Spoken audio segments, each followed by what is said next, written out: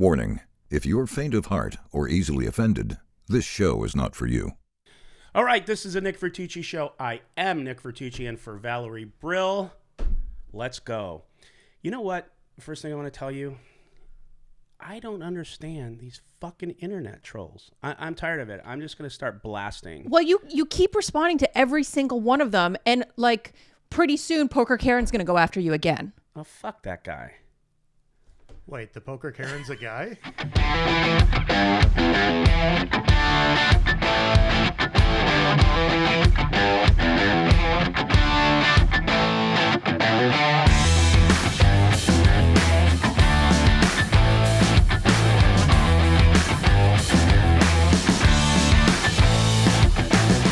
All right, guys, we're here in the studio with the Poker Karen. He's here live. Nobody ever thought this would happen. Not all three of us are going to leave alive. Let's see who it is. Poker Karen, what the fuck? What the fucking kind of intro is that?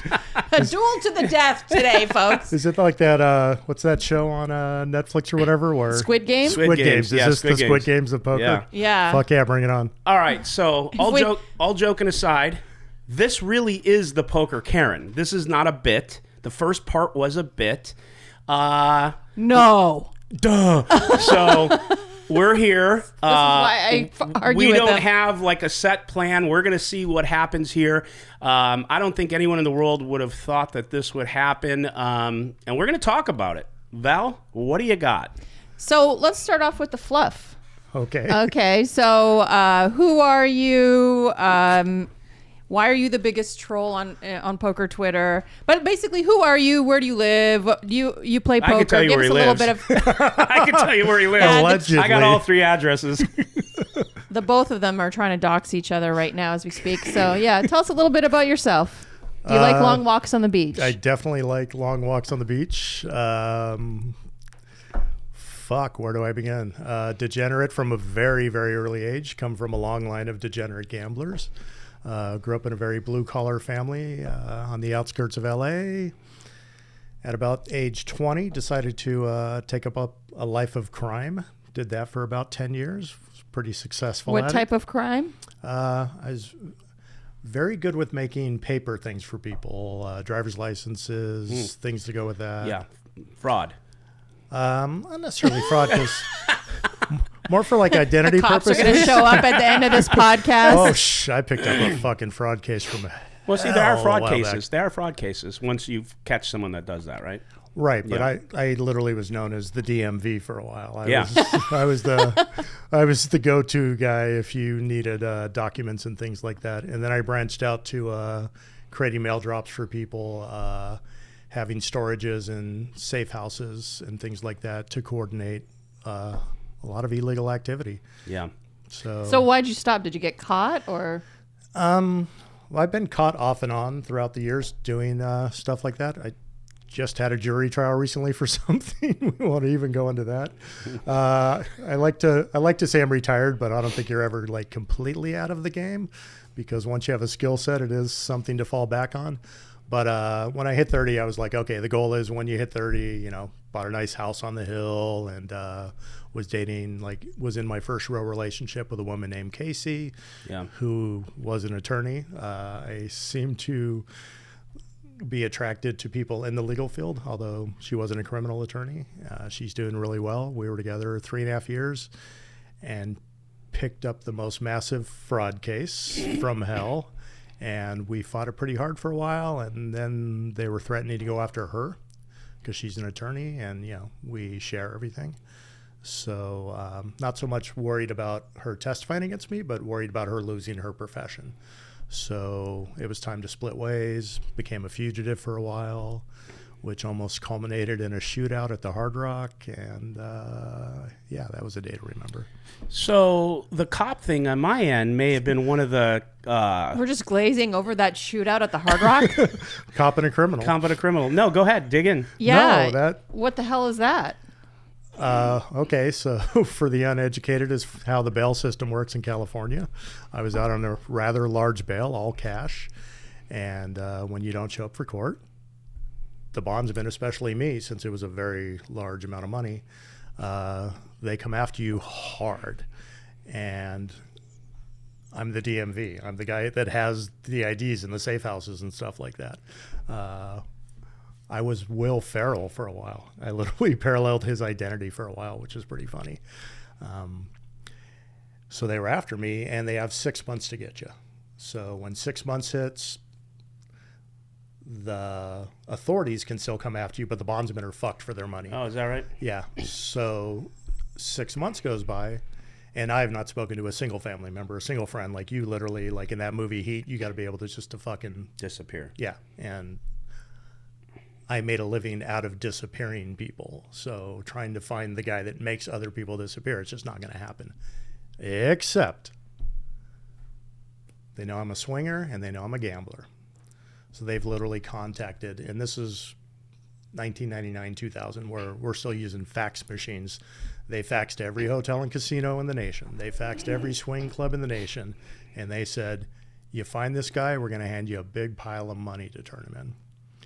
And so after 6 months, I started getting a little bit loose. Okay, maybe I'll gamble a little bit. Maybe, I'll go to the clubs, get my fuck on. Big mistake. So head of security at the Hard Rock, which is now the Virgin. The Hard Rock was kind of my home for a while. From the day it opened, that was my spot. And I was there under an assumed identity, even though people knew me. And I had come back for March Madness after being there for New Year's, because I'd always wanted to do a big thing on New Year's. Like from the time I was like 10 years old, I'm like, okay, I'm going to be this age when the millennium hits, and I'm going to be in the middle of fucking Times Square watching that ball drop. And so I had to compromise, go to Vegas, and I brought some girls with me that had never been there, and everything's like free, and they're like, holy shit. We're staying at Mandalay. So I got comfortable. What I didn't know is 6 months had gone by, and they were like, oh, hold on. Somebody applied for credit under my name in like Mississippi. And they were like, nope, extended. It's a sighting. They extended 3 months. Oh, wow. And then my niece was 10 at the time, and she had a golf ball sized brain tumor. And she was in UCLA. And to give you an idea of how hard the bounty hunters go after you, they went and visited my niece in the hospital a day or two after she had brain surgery. Wow. And she thought I'd come to visit her. So when they started asking her, she was like, yeah, no, he was here yesterday. He came to visit me, which wasn't the case. Yeah, she just was confused. 3 more months. So now instead of having 6 months, they had 9 months. They had a year. The day before that year would be up and no more extensions. Like, fuck that. I'm checking into the Hard Rock to go hang out at March Madness. I've got my suites. I have people coming to see me and stuff like that. And they're stationed all over the place, ready for me. And I'm not going down without a fight. Breakaway fanny pack with a Glock 26 in it, a Beretta 92 FS in my suitcase, lots of extra magazines. I'm ready to dance. Got a lot of cash on me, different identities, ready just to do whatever I have to do. And as I'm checking in, I see housekeeping, and I say, oh, hey, I have a bunch of friends coming. Can I get a bunch of extra towels and whatever? Here's some money. They were like, cool, here you go. 4 bounty hunters approach that same housekeeper and go, we're here. My fake name back then was Jeff with a G. G off. God, that's the worst spelling of Jeff G ever. off. But it's good if you're using it for an alias, because Yeah. it kind of like, you're not just throwing out Tom, Dick, or Harry or Yeah. whatever. It's like, oh, I'm Jeff with a G. And it was a parallel of an identity of an attorney from Orange County. I'd cracked the Orange County Recorder's database, so I could get any birth certificates out of there. Don't try this at home, kids. So I would pick attorneys, because attorneys don't have cases pending. They probably got their shit together and stuff like that. You can do background on them. So Jeff with a G. So they're like, oh, we're friends of Jeff with a G. And I hear something outside my door, and I just set the fanny pack down on the TV thing or something like that. And I look through the peephole, and it's fucking 4 bounty hunters just rushing through the door, and the maid's in the middle. So I grab the gun, and I'm like, she's going to become collateral damage. Yeah. I have no problem offing these fuckers, but I'm a sociopath. Not psychopath, different story. Yeah. But civilians don't get involved. That's just wrong. You still have a moral code. within reason. Right. Within reason. So, but the bounty hunters, especially, I found out later after the fact, all the shit they'd done to my family and the ex-girlfriend and friends like that, you know, all these threats and shit like that for them to turn me in. And they were like, seriously, we have no fucking idea where he's at. So I'm on the 6th floor of the original Hard Rock, the original tower. And they have the double doors that open up, and, you know, so I hop and I run the ledge the whole way, and the ledge is like that. But I'm in crazy shape back then because I'm ready for anything.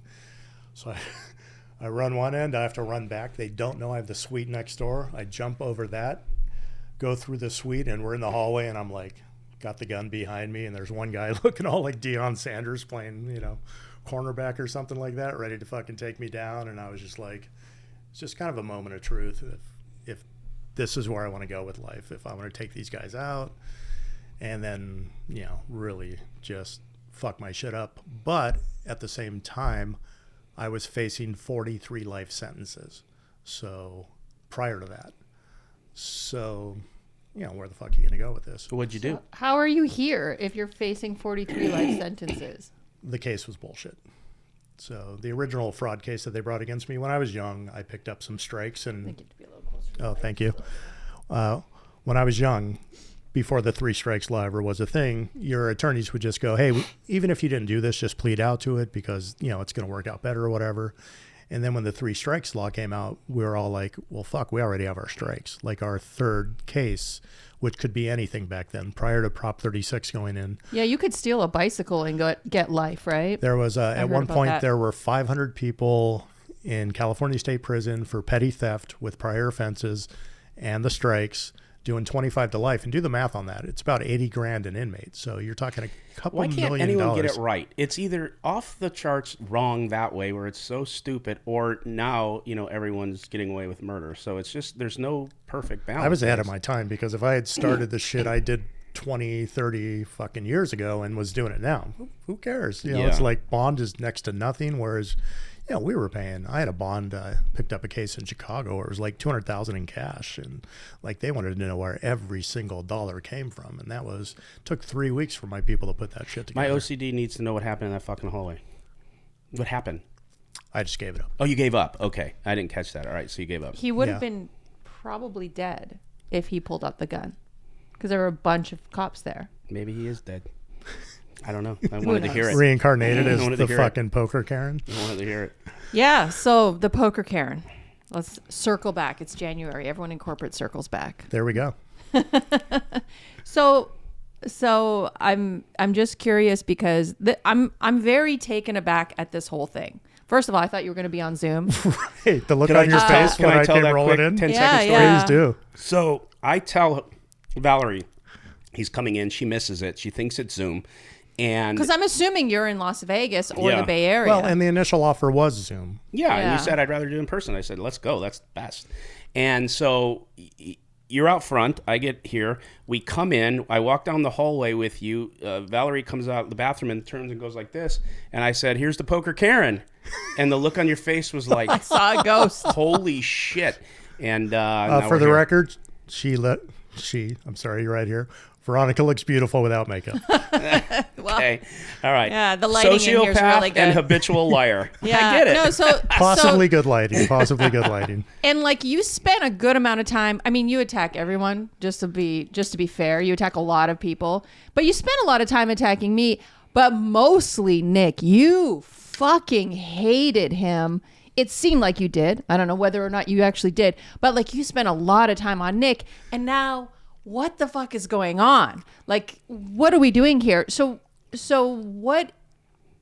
Yeah, I want to know how you and Nick finally made up. I guess you can tell her because it's kind of a blur to me. I don't even know how that happened, and I'm not bullshitting. And now you're targeting Berkey, so I'm curious, like where this shift happened. I'm just so confused. I didn't tell him to target Berkey, This but whole Berkey thing's won't. so confusing but to Berkey me. won't believe it, so who cares, anyways? But go ahead. Berkey's always been a target when he fucks up. And when Berkey does good, yeah, I give him his fucking props. When Berkey like throws some shit out there and goes, well, I really hadn't looked at it before I came on the show, and Berkey will talk for a half hour, you know, totally trashing somebody or some situation, and then he'll get called out about it, and he'll be like, you know, a 15-second blurb 2 days later saying like, oh, okay, so maybe I didn't have a few of my facts right. And then he just goes on to the next that's thing. true. He can't just, if I fuck up, I will issue a straight up apology. I'll talk about it. I won't, Did you issue I'm an same apology way. to Nick?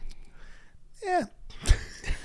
I think me and Nick, and it goes a while back, we got to a point where we were just like, oh, we're done fucking with each other. Yeah. Like, It was like a slow roast of you'd say something and I'd say something back, and then it wasn't nasty, and then this, and it just kind of slowly just dissipated. That's how I remember it. That's why I was saying you say it, because I don't remember. He's kind of relentless. well, and with also, people.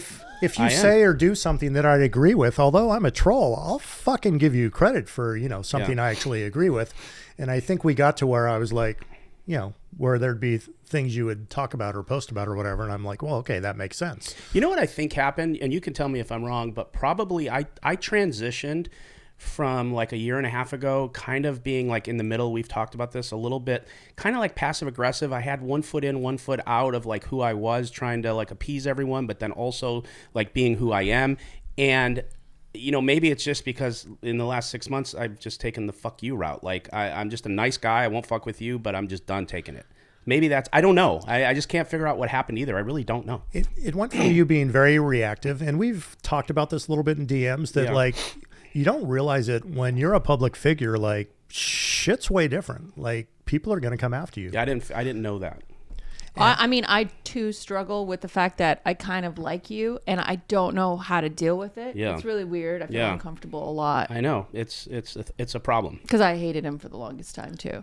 But not like publicly. Not hated him. I don't know how to explain it. I just didn't like him. All right. And Gee, I might be able to relate to some of that. But although I've never really disliked Nick. Yeah. But I respected him because he always, as a person who has been working with him, I've done poker media for a while, and I don't want to like toot my own horn, but I'm not that long. But Nick's the only guy that like is like, I don't care what you say. I don't care like your response. I just want you to be honest and do and say what you want. And it's been pretty refreshing. I think so. So even though we're so different in so many ways, Every way. I like the fact that he doesn't tell me what or how or what to say. The podcast is just a very organic, I think. Yeah, and you podcast. said to me prior to this, you go, like, I'm going to say what I want. Like, I'm not going to, and I said, who the fuck said you can't? Like, go ahead. Like, Yeah, I mean, say like what you want. Like, I have you blocked, right? Right, And exactly. I went through your tweets this morning, and they're a little different now than they were, like, let's say a year ago. And I feel like you've softened up a bit. And what's going on with that? There's nothing really interesting in the poker world to go after, I don't think. But are you the poker Karen, or is the poker Karen like a persona, a character you've created? It's a persona. Although I will go Karen on people. If I have issues with, somebody I'm doing a business thing with or a landlord or something like that, I wouldn't say Karen because Karens go pretty soft. I fucking... Yeah. So do you feel like you're kind of calling people out for bad behavior? That's the goal. That's the goal. So if someone's a good person, regardless of their political stance or whatever, I'm pointing at him. By the way, he's with you. I'm Is obviously. that the right side of the table? This Yeah. is the left side of the Yeah, table, yeah, and this is left obviously. center? Yeah. No, she's with you. Yeah, I'm just you're just, this is just, my brain's falling out of my ears. Sorry. So I have a question. So like you said, you like to go after people when they do something wrong. What was it with me? Was it Jack 4? Did you think that was legit? What was the NV doing wrong to start our thing? From day one, the Jack 4 thing, Robbie's innocent. I've fucking have flipped that investigation upside down. I've like blown up and checked every little last piece of footage and all that stuff. And plus you have to look at the characters of the people that are involved. You have to be like Brian, no sophistication whatsoever with his, idiotic criminal things that he's done before. And he also, when he went on Patrick Cochran show, that dude's a fucking sociopath, not Patrick, fucking Brian. Brian will not, oh, the armed robbery thing I did. Yeah, no, that wasn't really a thing and whatever. It's like, well, fucking, I have a carjacking on my record and that's fucking legit, although there was no gun involved. But, car salesman fucking stepped out of that car and I hopped over to the center console and said, see ya, because I thought it was pretty funny. But here's the thing. I had never said that Robbie was guilty. No, but at the same, and I never, my ill will towards you early on when all this was happening was not because of that, because I thought you were going to do a legit investigation, but as part of my own investigation, I had to investigate, like, who are the owners, who has access to things, stuff like that. And I started looking into, everybody thinks I came up with out of the blue, the Better Business Bureau doesn't like Nick. If you've ever been in business, the Better Business Bureau is the rake. Yeah, that's the rake. They're not a government entity. They're a fucking private business that, somebody complains to them and then they send you something in the mail saying, like, would you like to join the Better Business Bureau? It's only going to cost you X amount of money every year. Yeah, it's a pay for play. That's what I tried to tell people about my 5 or 10 postings with thousands of people coming through. And I said, fuck you. I'm not paying you. That's like I was an eBayer. I had like 100,000 positive feedback, and I might have like 5 or 10 negative feedback or something like that. But didn't you post negatively about Nick in regards to that? But the thing that was interesting is all that stuff was already out there. It wasn't stuff I was like organically sourced. I just went on Reddit and went like Nick Vertucci fraud, and stuff would come up. So it's so funny. So I would but I had a voice for a minute. So, Joe Blow goes on Reddit and says, Nick's a piece of shit or whatever. Everybody's like, whatever. Nobody pays attention. Nick kind of like, fucked himself when he went after me, because all of a sudden, right around that time, I was becoming just kind of popular because I, posted just like fun stuff, quirky memes and whatever. Memes of you and your corn thing and whatever. But I was doing back on my old account too. The fact that nobody pieced that together, that the memes was the were kinky the same, ringleader account. Right? Yeah. Nobody put those together. So so I had maybe 500 followers, and I was just getting up to about 1,000 right as Jack 4 was hitting. And then Nick posted that thing saying, my investigators and blah, blah, blah, figured out who the poker Karen is. And I'm like, I know that didn't happen. We're going to do the revealing, whatever. So now I go from 1,000 followers to 2,000 followers. So you created half of my audience with that tweet. Well, you're welcome. I appreciate it. You'll probably get more now. You know what's really funny is it's okay to say, yeah, you don't give a shit what I say. So when because it's so stupid, because if this happened to me right now with a different poker Karen, nothing.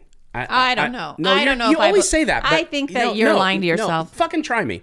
All right. So try him. Yeah, try me. So I'm telling you the truth. All right. So you still like to argue with people with anonymous accounts with 3 followers. I didn't say, yeah. Because, and you'll send me screenshots and be like, did you see what this, blah, blah, blah, blah? And then I see you respond. The guy looked like Grover, one of the Muppets. Dude, what's funny now is not only is Nick responding, but he's making his own memes. When you made that meme with Grover and that other dude. And the guy replied to me, he goes, fuck, I see it. That's what was the funniest part, was he fucking agreed with you, which probably means, he's heard it before. When I send that, I'm not upset. I just feel like playing around. So I don't care. Can you just let me be like, say what I want to say?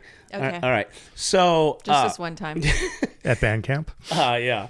So I don't remember. What was I saying? Can you tell me? I don't want to listen to her. What was I saying? God, she does this to me, man. It's not me. It's literally his brain. Right. So, like, who do you choose to target? People that don't take getting targeted well, obviously, if you want responses. So to the point, that was what we were talking about, and that was me. What I'm saying is, back then, when I was new to this, that really, I admit it, but I wanted this to choke you out, okay? Like, it really bothered me. Looking back on it now. What if I'd been into that, though? What? Yeah, that's true. You probably, knowing you, Kiki ringleader, you probably dig it. But here's the thing.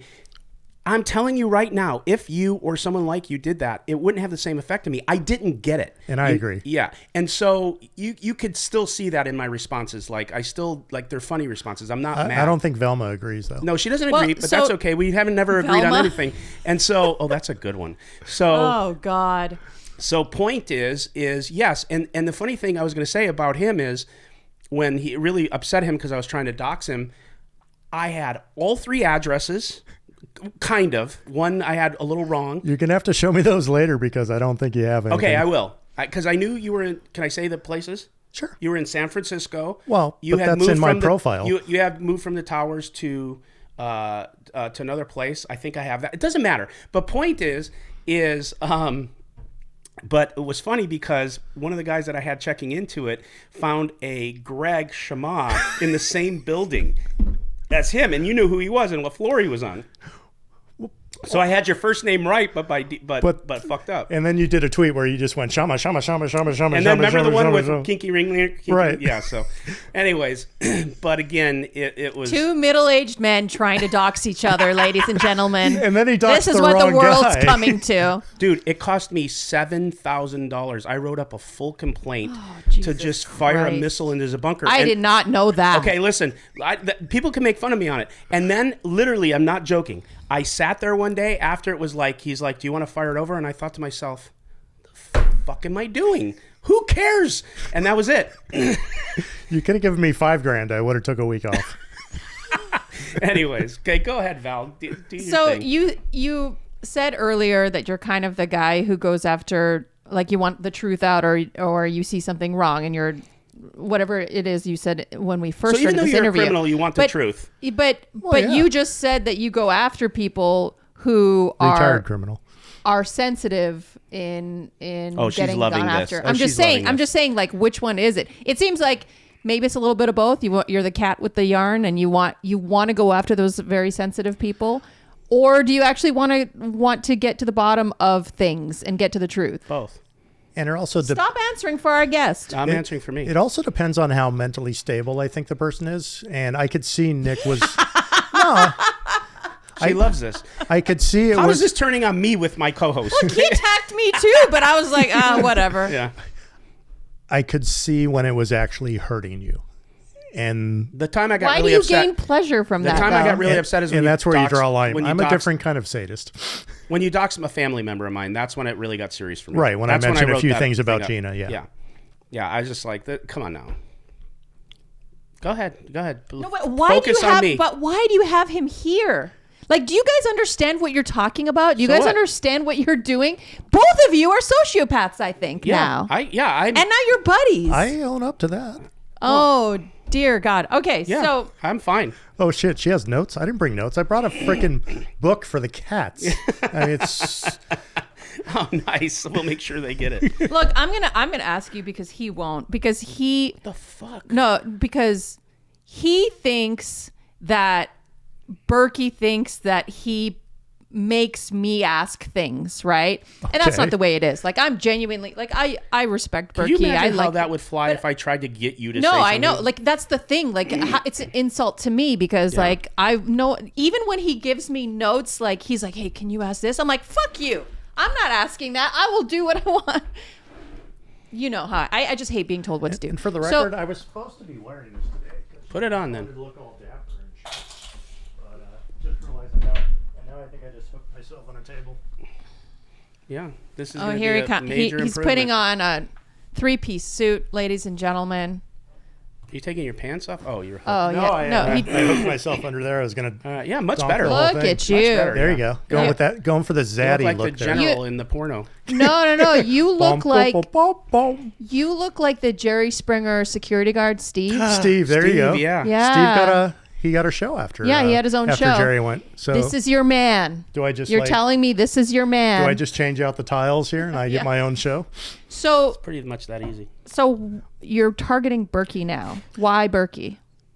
I don't know if I'm necessarily targeting Berkey because Berkey just doesn't fucking listen to what anybody says anyhow. And he's got his whole house full of people that are just going to be like, yes, daddy, you know, we live under the same fucking roof as you. So why wouldn't we agree with everything you say? I've taken shots at Berkey off and on. But do you respect him? I've lost respect for him. Why? Which makes me sad because the bigger his voice grows and the more he feels hungry to put out content that is more clickbaity than actually helping the poker community. And he wants to sit there and be like, I'm helping the poker community. And part of the reason... I think he thinks he's helping the poker community. That's the problem. He has convinced himself that this character he has created of himself is, you know, the savior of the poker community, and the podcast is growing. And so I feel, and which is why I also went after you guys, I feel like there need to be checks and balances. You just can't be like, we have the biggest platform, we're going to fucking do whatever we want. Berkey's got a big platform now, we got to do whatever we want. When I called out WSOP about a guy wearing fucking spy glasses in the middle of the main event, and not a single fucking news source picked it up after 370,000 hits, we're not doing the poker community right if we're being selective of like, oh, no, it's a popularity contest. It's not right or wrong. It's just who's popular. Okay, they're popular. We're not going to go after them. Well, I think it's a popularity contest because we don't have a governing body. Like, we don't actually have any enforceable rules or laws, Absolutely. right? Everyone gets away with everything. Right. Didn't you team up with Postle? No. No? Where our falling out started was when I think you thought I was Postle or whatever. You did a tweet, and I thought that you were either a Postle sympathizer or Postle or one of his friends or something. Right, because you had said something, I think it was to WSOP Brian, who also was back on my Kinky Ringleader Twitter thing, was like, oh, now we figured it out. Like, you know, it's Postle or whatever. And then I was like, I don't know anything about Postle, so I'm not going to, you know, trash talk him or whatever. I've never spoken to him. I have no means of communication with him. I've had people offer me ways to speak with him. I can give you his number. I have it.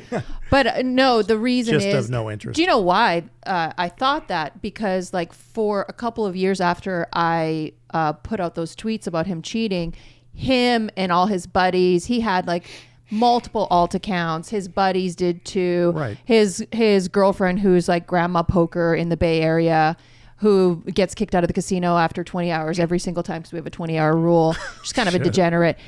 All of them like had multiple accounts, like constantly trolling me, constantly. Like, it was a pretty rough time for me. So I just thought you were just another one of those.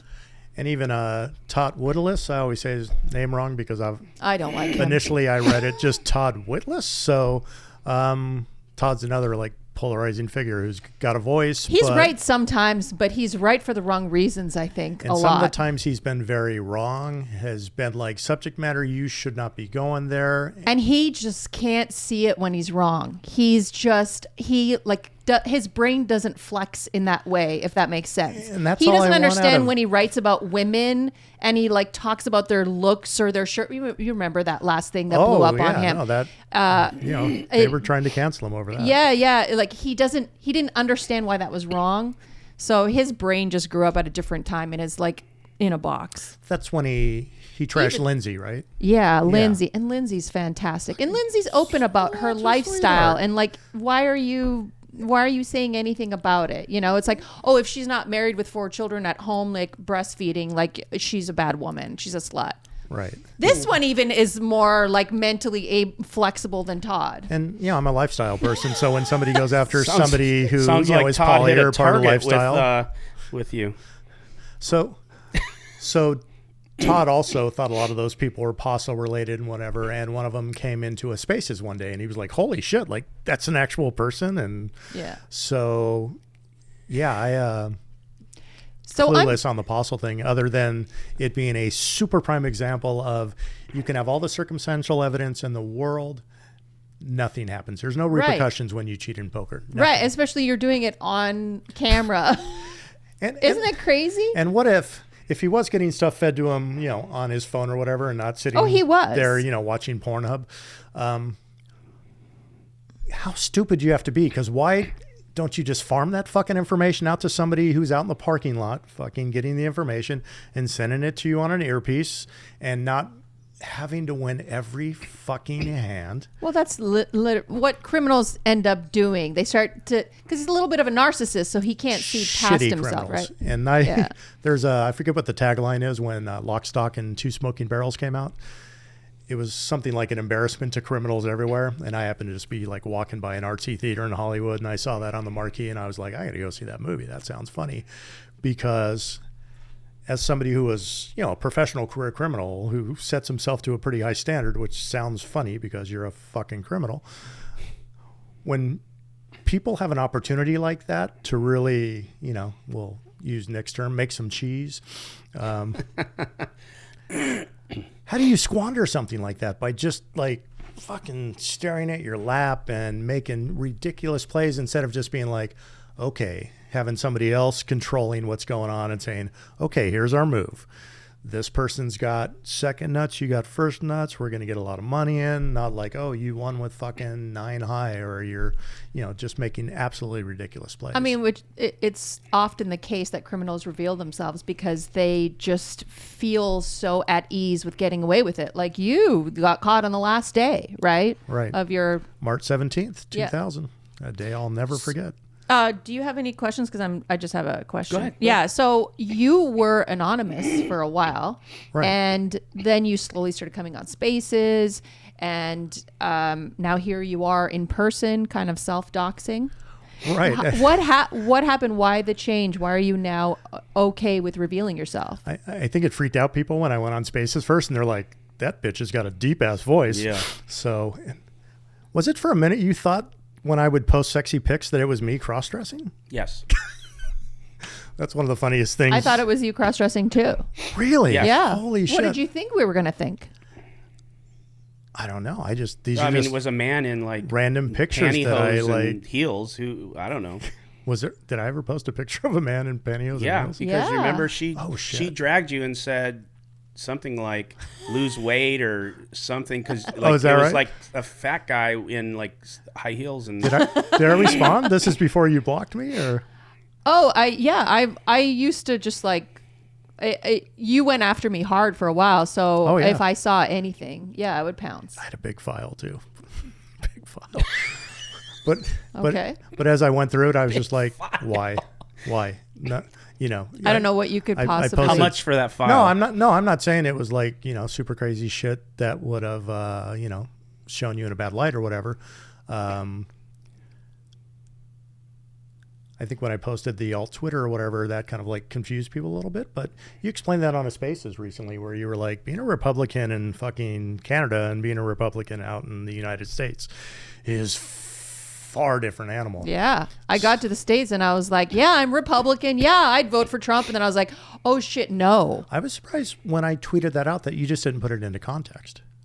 But I didn't feel like responding to you. I didn't feel like I had to respond to you. Right, like you have no like duty to respond to me. I don't care. Like people were messaging me like, oh my God, did you see this? Is that your actual account? I'm just like, dude, like, what the fuck? Do you think that someone stays stagnant for their entire life? I used to be married. And you're like, oh, is this her alt account, her fighter pilot? Like, yeah, my ex-husband's a fighter pilot. Exactly. And what else did you find? That's the fucking truth. Right. It's just like weird to me. Was like, it Veronica Starr? Was that it? yeah, I used to 2 always. Rs? I always used to put Veronica Starr with 2 R's. Yeah. Wow. Yeah, I don't know. I have some porn names like that too, where you just like this. Yeah, a lot of people used to be like, "Is that your porn name?" Yeah, but that was my like online name for a while. I'll be damned. When I was like in my 20s and 30s. So. As opposed to now being in your 30s and mid 30s. Yeah. Thank There you you. go. Oh, look at that. He's trying to win me over, folks. Oh yeah, we're this close now. Yeah. So what was the question? And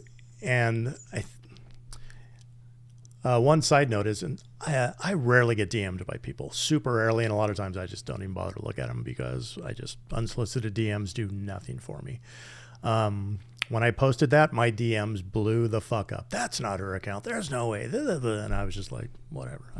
You got a lot of defenders on there. I was like, that's interesting. My boyfriend says I have a simp army of men. He's Well- like, you can't put anything out there. They're all skewed towards what you want. And How many minutes are we in? I think people are like gauging how long you go without throwing out the boyfriend thing. yeah. I also have less haters now, including you. So Because There you you have go. a boyfriend?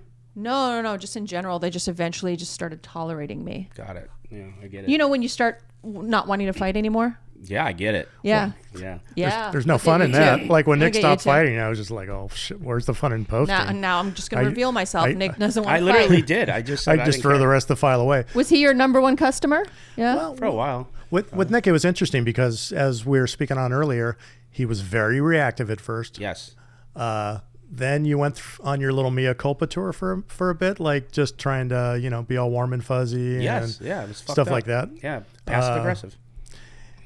And then you went back to, this isn't me. Fuck you. Yeah. If you guys don't like me, fuck you. I have the biggest poker fucking show in the United States, in the world. Like, fuck you. Who cares? Yeah. You even said on the Spaces once, you were like, all right, as I'm driving home in my nice car to my nice family to my nice house, Yeah, well, someone whatever. fucking whatever went at me. I said, yeah, I'll try to be okay driving home to my family. Like, fuck you. You know what I mean? I think what people don't get, and something I started, I don't want to use the word admired, but started seeing in you, is you have a wicked quick wit. And I like that. Like, He does? See, he made you laugh right there and didn't even have to say anything. Oh, God. She laughed at herself. That's the only one to laugh at her jokes. So I'd sit there and say to myself, like, he's being all reactive when all he's got to do is just whip out the fucking wit and just start fucking with people, belittling I them, legitimately will say throwing shit probably out for there. the last time, but probably not. I literally didn't understand it at first. Like, I just didn't get it, and I was trying to figure out what was the best fit, and then and literally at one point it just snapped, and I said, I don't fucking care. Like, whatever. Wait, there's more than one page of notes? Yeah, Fuck, yep, I yep. feel so unprepared. Brought my book, my chocolate milk. Yeah, I know. You brought chocolate milk? That's what I asked him. I said, what are you, 12? I was gonna let you guys free roll on guessing what's in there. No, we should take a sip and pray for the best. Oh shit, there might be some LSD Probably too. some Who knows? Cialis in there. Cialis in there. Cialis. How many people jumped on that? I used to always, on my other Twitter account, when I do pictures, I always put little, what do they call them? The Easter eggs in there. Mm-hmm. So I threw a bottle of like fucking Cialis in one of my pictures. And what's funny is like everybody fixated on that, but there's like a big fucking metal cock ring next to it, which I use as my card protector. And nobody said a word about that. I love when I play and the dealer will be like, I know what that is. And I'll be like, all right, part of the tribe. So, listen, so speaking of cock rings, you were in the porn industry, correct? Okay, yeah. You were in the porn industry. I've actually not clips. In what way? Yeah. Tell I've us only sent him clean clips of me like just where playing he's, cops like and a whatever. commander or a cop. Yeah, I've never seen any of the other stuff. You actually were one of the actors in a porn video? One of? Yeah. I guess. Like you weren't It takes directing more than one it. actor. You weren't directing it, right? No, although when I'm on set, the directors love and hate me because my whole life I'm just the problem solver. That was my nickname, the problem solver. When I was in the crime world, it was just like people would come to me and be like, well, we got this job, but we need this or this doesn't make sense or whatever. And I'd say like, okay, well, let me fucking think on it. Okay, this solves this problem and this solves this problem. And here, you can go do your caper or whatever it is. Yeah, go through the back door. That's the door that's open. Pretty simple. You guys are so much more alike than I thought.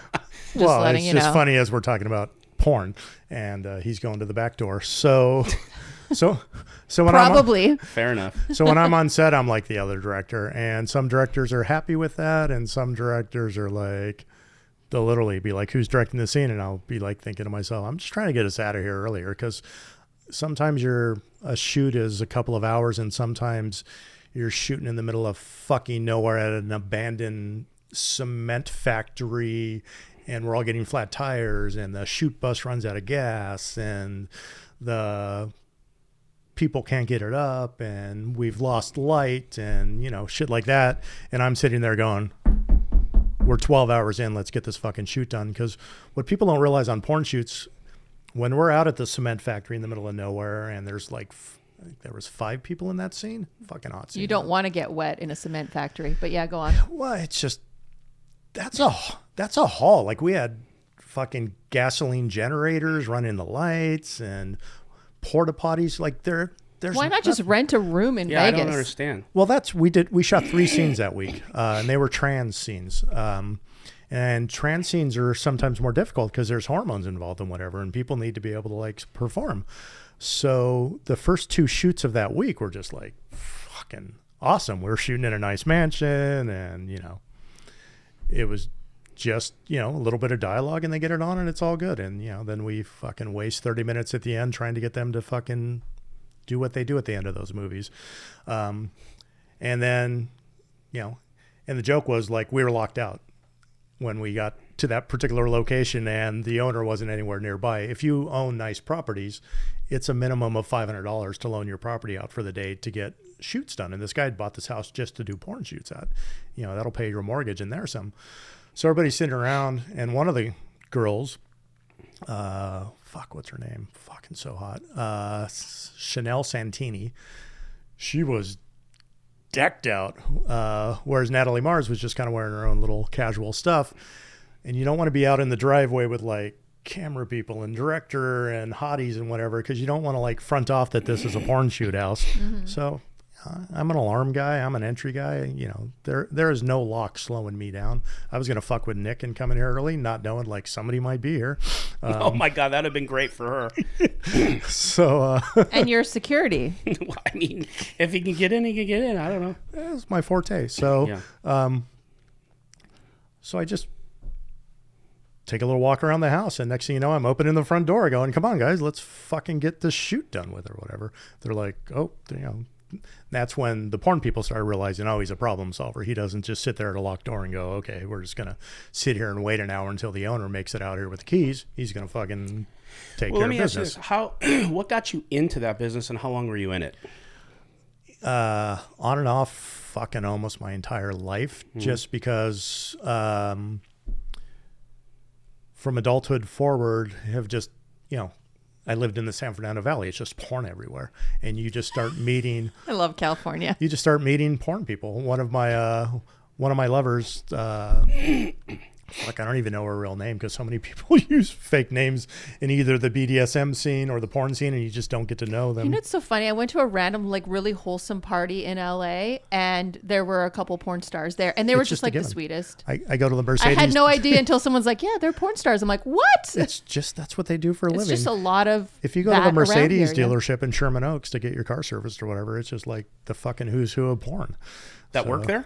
No, that are getting their cars serviced. Yeah, they change your oil. Yeah, I'm here for the...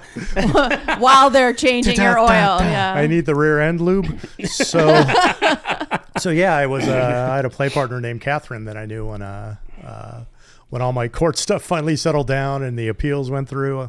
I had to have a couple of successful appeals. Yes, I spent some time in prison while that happened. And prison in California is just like... Why didn't you break out? We actually set up a few people to be able to get out of places because we had that much positions of authority. Like certain inmates get jobs that should not have those jobs. And I'm typically one of those guys where like, how the fuck does he have control of all these things and whatever? And it's just like, well, I'm also very good at, clerical stuff and keeping my bosses out of trouble because the guards and the free people, the ones that do regular jobs or whatever, they fuck up and they need the problem solver to come in. We can be on slam down lockdown, haven't been out of our cells in 3 months because it's just crazy out there. Like, the CNN news helicopters were circling the yard at our last riot or whatever. But if somebody fucks up, all of a sudden they're like, Karen. How long were you in there? Yeah. That round 3.5 years till the appeals went through. And how much total with all different times? I've done a year here, a year there. What prison was that? This particular one was in Lancaster. It was so nice actually being close to home because California has roughly... So nice being close to home. No, so close, but yet so far away. No, like you get locked up. They're like, go up to Pelican Bay. Well, fucking Pelican Bay is on the Oregon border. Like, and your family's in Southern California. Yeah, so, it's hard to get visits. Yeah, them coming up to visit or, do anything constructive. And that's a big problem with the system is it kind of separates you from your family. They don't really want you to be close to home. You have to, pull some strings to stay close to home. Is that just to make you more miserable? If you're too close to home, then whatever gangs or cliques or whatever you're from, they have a lot of influence. So they want to kind of mix it up. So, you're the Sereno Southern Mexican. We're going to throw you up in Northern California so we can fuck with you or whatever. They like... there's some movies. Shock Collar was one of them, which was very realistic. Most of the time I see a prison movie, I'm just like, a bunch of shit. Why are they not consulting with us? Oh, I mean, I feel like that when I see a medical show or movie. Exactly. Well, just like, my sister's a nurse and she'll just sit there going, it's so annoying. I can't watch half the, like ER was terrible. Everything was off. Scrubs was off. And all they have to do is pay one of us $200,000 to fucking, you know, The just same thing with like some cop stuff that like the what was the End of Watch was pretty good, although it was a little bit out there in some ways. But most of the stuff too, like as a cop, you look and you go, they're never going to do that. That's not what happens. Same thing with same shit. and as a criminal, same thing when we're watching cop shows. We're just like, because, you know, cops and criminals, we get along. Like, Yeah, I can tell. Yeah. my thing with cops is like, you know, you'll see somebody on TV getting arrested or whatever, and they're fighting and whatever. I had the freeway shut down a mile in either direction once when they took me down on something. And, you know, when they finally were like doing the, you know, to get me out of the car and all that stuff, you fucking comply. It's like, if you're in the game, like legitimately in the game, You comply. when you get busted, like, you knew that was a consequence of being in the game. You don't fucking be like, oh, you just fucking, you know, Yeah, man you got up, caught. woman up, whatever. So only petty criminals run? And plus, cops respect legit criminals. Like, they'll want to sit around and talk shop with you. Like, that was some crazy shit. Did you Spider-Man up onto that fucking building to get up there? Or how did you... We'll go to drug court and sit in there and, you know, watch preliminary hearings all day long. And we'll be like, all right, now we know what all the undercovers look like. Fucking, you know, stuff like that. Like, those of us that do our homework, and I'm a homework guy, I'm very much into the details. So, which made me valuable, because they'd be like, you know, well, who do we know are undercovers? And I'm like, fucking, well, these are all these people I've seen in court, and this is what they look like. And, you know, they work out of the organized crime division and whatever. Like, and I don't really get arrested by cops. Like, I've been arrested by cops. I get arrested by like task forces and organized crime units and, you know, the DA's office. Yeah, I've literally just had the DA's office show up at my house and be like, we're here to search. And we're like, okay, whatever, fucking. When I was researching some of his stuff, one of the funniest things ever was, Wait, you have a file on me? Yeah, I have a big file. Oh, on you. shit. Well, what were you? I was about to sneeze. Oh, okay. 'Cause, I the thought you were going to cats. say something. So Zyrtec. there's this thing where it's he can't do has Zyrtec. has a restraining order, and I read the details, and it was him. It's just what it said in the details. Now may have a different story to it, that he was stalking an old lady with a bullhorn. Right. Whereas this, and it's funny when you say old lady, because like I'm pushing 60. Yeah. You know, so, some fucked up shit went down to where I was like, Nick has this awesome little creative space, and I always have a creative space. And during the lockdowns, I spent it at my creative space. That's my happy place. It's in San Jose, within walking distance of the Airport Bay 101 and Matrix. So I was like, okay, I know these lockdowns are going to last a while. Where am I going to go? You know, am I Vegas, or am I going to hang out in San Francisco all depressed at my fucking place? Or am I going to be in my creative space where I'm happy?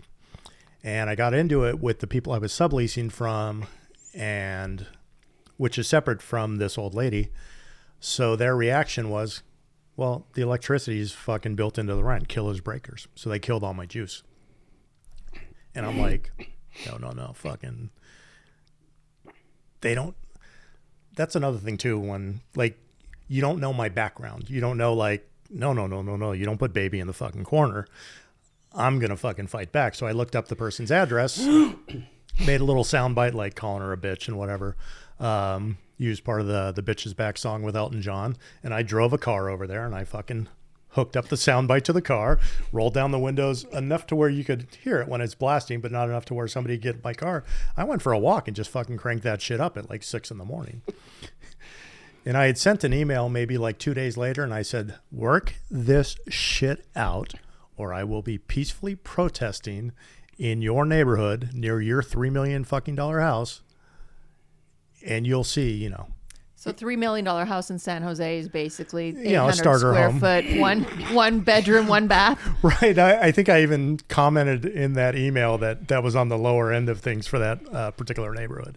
I think it was Sunnyvale or something like that. Yeah. So what I didn't know is when I had sent that email, they put 24-hour security on her. And they put 24-hour security on the property where I had my creative space. So they were paying a fuck ton of money for like this whole thing didn't go on for a month, but while things got sorted out, it took about a month. So they were paying, I don't know, $2,000 or $3,000 a day for a month for security against me. Instead of just turning the lights back on? That's all I had to do. Just flick those fucking switches back on. But she thought it was No a problem. bullhorn, but it was whatever you used. Right, when I read the restraining order, when I finally got it, because Shama got fucking served, not me, so I didn't even know the fucking thing existed. And his name is, I guess, close enough to mine or whatever. He just doesn't give a fuck. When they would go serve him, he would just be like, okay. But they video record the service, and there's like, me and him are like night and day. So besides maybe he's got a nose on him because he's Israeli. So I had to look him up on Facebook, and I tried to reach out to him on Facebook and be like, hello, there's some confusion that you're me and I'm you and whatever, which is kind of impossible because I looked up your family and your brother is 5 months apart from me. So anyhow, so yeah, when I read the thing and they were like bullhorn and this and that, and I was just like, I just fucking connected it to Google Play on my car and just fucking did a soundbite on a fucking loop. It wasn't even a soundbite. I did it like a video of it, and the video is like I don't have anything to shoot the video to, so it was like on a Pop-Tart fucking packet or something like that the video was of. But I just needed the sound, so I just like did the you're a heartless bitch thing, and then I did the Elton John "The Bitch Is Back" song to play on loop, and just left it there. And I stroll off, and the police response is pretty fucking amazing in Silicon Valley. They were there, and I want to say 10 to 15 minutes, and I'm just watching it all play out. And that's when I realized like 3 big old security dudes got out of a truck, and I was like, oh shit, they got security on it. This is funny. But I'm a fuck you type, so I have to get my car back. So I just came rolling up, and I was like, are you guys here for me? And they're like, is this your car? And I was like, is there an issue? And they were like, and all this shit transpired and whatever. And by then, although I can't talk much about them because there's non-disclosure agreements anytime somebody writes you a fat check, multiple settlements and things like that. And they were just like, go on your way. Like, Why did they write you a check? because they were in the wrong. They cut off my electricity. Did you sue them or something? Actually, kind of the other way around. They came after me, and I was like, oh, no. This is going to get ugly, and it's going to turn into a really big PR thing. And I know where, the different properties are you own, and some of them are very high-profile studios So it was in like Hollywood. a mediation? We didn't even go to mediation. It was just kind of a fucking, unless you remember, who was the guy that went after Rick Santorum? Oh, I don't know. His name was Dan something. He's a gay activist. And when Rick Santorum was wanting to run for president, he did search engine optimization so that if you searched Santorum in Google, it came up Santorum, and it was a like a definition, like a dictionary definition, and it was like the frothy aftermath of lube and fecal matter, something like just some crazy ass shit. And Santorum hit up Google and said, like, literally, you search me and my presidential run doesn't come up, but this frothy fucking anal whatever stuff comes up. Change it. And they were like, no, it's all fair game. And if you know search engine optimization, which, you're in the valley, people. It's not my specialty, no, but I'm saying, like, when you fuck with Silicon Valley people, it's a whole different world because they know all the ins and out of all the tech stuff, and they will go after you. And this guy went after him. So when this attorney came after me, he's got, just a quiet little nice practice. I started leaving reviews and things like that and posting in different places that same identical, oh, how would you describe, whatever the lawyer's name is, and I used the same wording, basically paraphrased it a little bit. Cause I'm like, if this has already got through the court system, then I don't have an issue with it. And the same thing happened with me doing the soundbite out front of the woman's house. I took that from The Sopranos. The Soprano dude. I remember that when he was on the boat. Exactly. Yeah. I don't know if you watched The Sopranos. You can tell the story. Well, yeah. I can't remember what the beef was, but he would be out on the boat just blasting whatever it was until he got his way or them to... So you just basically softly harassed them until they paid you? Why not just until the power's on? Well, they offered you money to stop, or what's... I'm just... They knew if they turn my power back on, they're going to have to deal with me forever. And I'm like, I won't say like people weren't paying their rent during the pandemic or whatever, but I'm paid up and stuff like that. I have no issues with all that stuff. So they know like this pandemic can fucking go on forever. And I'm going to be at that property. And they just categorically if they do turn not your want me. electricity off and there's no reason or law or precedence to do it, like there's a lot of mental health issues that could come along with being trapped in your house, even with electricity, but without, you could go insane. Right. I mean, I could. I think it's illegal to allow someone course. to be in a place where you're turning off their electricity on purpose, especially if they paid for it. Yeah, you can. Oh yeah, no, it's. That's where you got paid. They probably knew that. Oh yeah, when no, rubber the hit liability road, was huge. The attorney probably said, "Listen, if this goes legal, you're dead." You know, you're a company. I won't mention some of the properties they have because it'll front off who they are, and you know, then I'll have to fuck with these non-disclosure agreements again because they already have violated them, and then I'm like, all right, you got to give me another check because you violated the NDAs. But we're talking, you know, billions in real estate that they own and some very iconic properties. They don't want that kind of PR stuff. And Yeah, that's the press is worse than the consequences. yeah, you know, write me a fucking. I just never heard of people just like writing checks without like legally having to. If you want to, It's hard to if you want to fucking pull protect money. your reputation or your business or your brand, people write checks. Because the problem is once you file a countersuit, then it's in the public Yeah, record. that's right. It goes on the record. And then it gets really ugly because they can write you all the checks in the world, but still that public record Yeah, never and goes then away. you lose your leverage once you do that. So And I enjoy doing legal work. Like I say, most of my relationships have been with attorneys. I get along great with attorneys, cops, whatever. Yeah. So, hearing you talk, like the way I look at trolls online most of the time, and you probably will agree with me, most of the time it's just like, I get trolled plenty. I don't see very many women trolls. Like it's usually, to be honest with you, middle-aged, insecure, broke losers. Right. Here she is. There's No, not a lot it's true. It's true. Like I typically when men leave me really bad comments, I'm just like, I kind of feel like their life is probably shit and they're angry. Like I'm sure you have seen a ton of that, but you strike me as someone completely different. It seems like you almost enjoy like researching people and looking things up and getting to the bottom of things. Exactly. Like a troll just says your tits are saggy and, fucking you're a But bleach that's not blonde true, or something so like it that. doesn't bother me. Right. Exactly. That's the thing. No, actually, I want answers to questions. Like I wanted to know what happened at Jack 4. I wanted to know like everything to do with the production, are there leaks? Are there this? Are there that? And like when Kessler kind of retweeted something like, oh, Nick wins all the time and blah, blah, blah. Yeah, you want to know why Nick fucking wins? Because it's a soft game. And you're somewhere between a nit and a tag. Your VPIP isn't that high. That's how you beat that game. But if you play that way, you're not getting invited back because you're not an exciting player. Right. You own the show. I've said it often. Not really that you need that as a revenue stream to the show, but as That's a like byproduct of owning that show, you're going to make X amount of money every year just from playing because people will tolerate your style of play, your winning style, because you own the show. But he also loses, and I will defend him in this. Whether he wins or loses, he's never going to satisfy those people. It always just looks bad. If he's winning, he's cheating. If he's losing, I lost my ability to cheat. Yeah. No, or he's losing on purpose so that it doesn't look like he's Right. Yeah. Which Postle did in the past too, but There's been times where I'm literally after Jack 4 trying to make a decision, and I'm thinking, if I'm right, I'm fucked.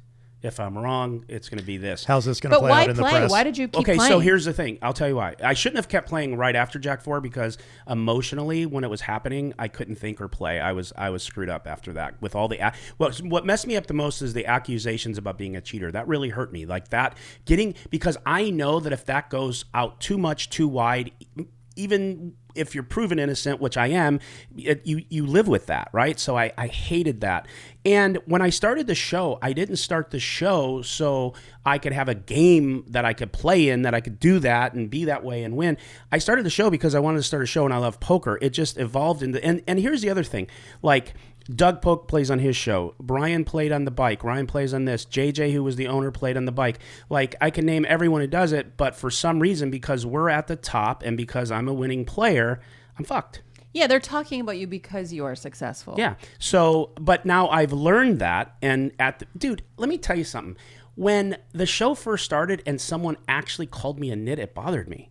Like that's like how Such a sensitive unready. man. No, shut up. That was how unready. Wait till they start calling him that's old how man coffee. Yeah, that's how unready I was for all of this. And she doesn't believe me. Now I don't care. It took me a while to figure it out. Was it Danielle that got you? What was it? The balloons for 11 loot losses in a row or something. Yeah. Do you ever think that it was you that was causing us to not get along? And now you're better and now I can tolerate you? No. Oh Yeah. shit! I feel like my parents are fighting here. I don't know what to do. No, I could. Calm I could, down, Mom I and could Dad. probably tell Where are you. the cats? I think I know why, but let's not talk about it now.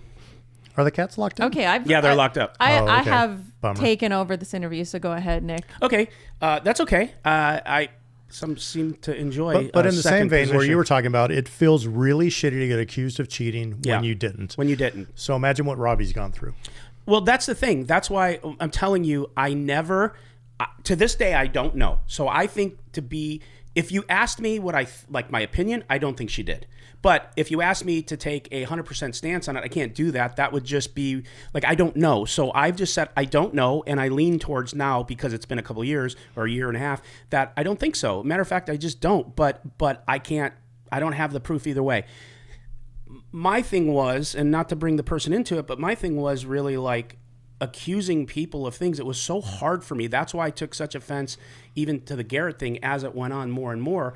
Like, he started subtly accusing our show. He was adamantly accusing her. He took the money back. Like that, those were the things that started really souring me, because I know Valerie could tell you, I am so careful, and she gets mad at me because like there could be so much circumstantial evidence, and yes, you could say this, and yes, I could say like, I believe I know he confessed, but like, I believe that happened even before the confession. I really did. If you ask me, I think he cheated. Yes, because of all the circumstantial evidence.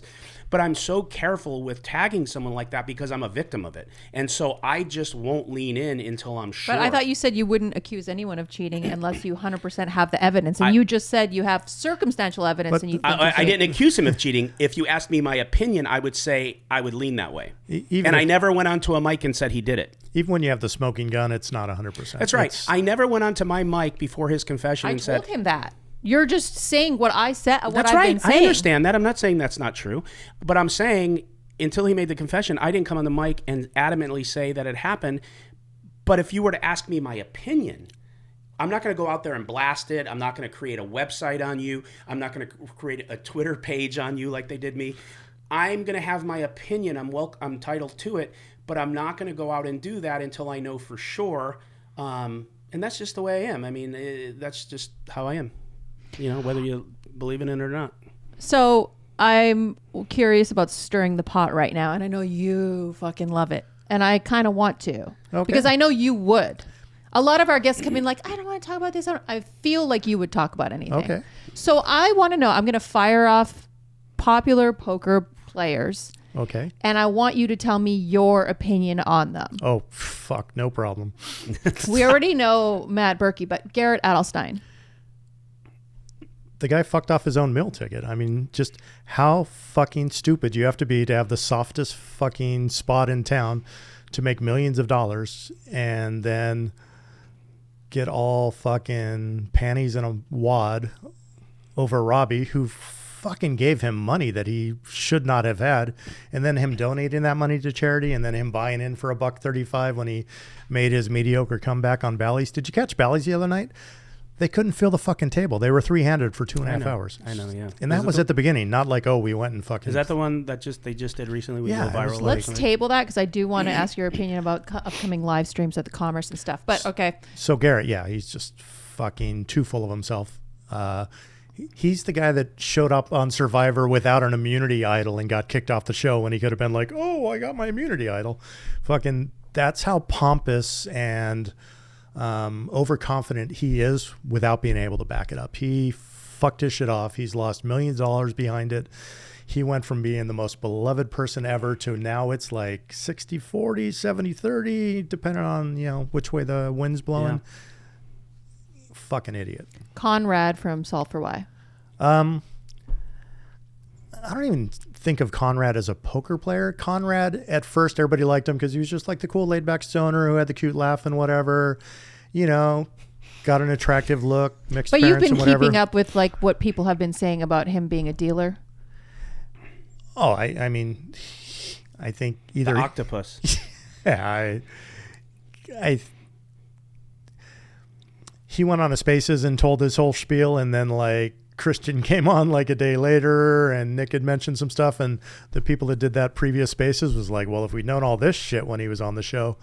Conrad's like a cute little lapdog, you know, for the show, but the cute laugh gets annoying after 3 or 4 times. He's a losing poker player. He should have stuck with what he was doing, you know, dealing games and being the octopus and making sure the rake was fucking, you know, extra large and getting his kickback and tips and whatever. That was his wheelhouse. You know, like, are you just going to live under Berkey's roof for the next 20 years being a losing player that gets backed and maybe makes a little money because Berkey will be like, I'm playing against Nick Hairball. Do you want a couple points on this or something like that? So I don't even look at Conrad as a poker player. As a personality, it's like a 40-year-old dating a 20-year-old. It's cute for a while. Fuck, that's funny. That's an interesting. No offense to the 20-year-olds in my life. Kara, I fucking love you. But there's just no substance there. So recently, Chris Moneymaker and Ebony put out that video. What do you think about them? I've never had any respect for Ebony. Why? I respect that she needs to make her money to take care of her family and things like that. But Ebony still has that stripper mentality. Like, fuck it, I'm just going to do whatever I have to do to make my money. I'm going to sell my soul to Nagy or whatever his name is to become part of the ACR team. And I don't give a shit if you do that, great. But don't be trying to act like you're representing for the girls, because I feel like I'm part of the girls club. And I grew up with best friends being girls, 3 older sisters. I'm all about the future is female. So when that shit went down where she called out Donna, who is the sweetest fucking person ever, but don't get on her bad side, you know. I've seen Donna get mad. It's fucking wonderful. I love Donna. Dark Angel says bitch. Ebony takes it thinking it's a guy. Then she double downs on it. I never really liked her before that. And not like I didn't like the way she looked or this or that. I just felt like she was a sideways person. And then after all that went down, I have zero respect for Ebony. I just do not like her. I don't like what she's trying to represent for women in poker, which is probably my biggest gripe with her as an honorary woman in poker. She fucking, nothing positive I've ever seen from her that I like. And Moneymaker? He's in an interesting spot because, granted, he went through a death in the family, which had timing very similar. Nick went through this too. You know, it's a tough time for everybody when that stuff goes down. But like you say, I want to get past the fluff and I just look at data and stuff like that. And, you know, you're a data person. You're like, okay, he released the tweet saying, hey, my family's going through some shit, so I'm going to just be, you know, off the fucking, you know, away for a while. He tweeted that within like a day of like talking about something else. And if somebody passes away and he's saying, oh, I'm going to the funeral this day, well, the person passed away days prior to that. Mm-hmm. So he had lead time on that. So I'm not saying he's using that as a massive excuse, but if you look at his timeline now, it's just football talk, this talk, that talk. And that interview he did with Ebony, the recut that Dougie's guy did, what's his name? Seriously, whatever. Not really a fan of Doug's group, but that fucking, you get an editor like that, oh man. It's Thomas Keeling. Thomas Keeling has fucking chops. He's really good at it. Yeah, if you want to grow your brand, fucking get him on board. He's a good dude.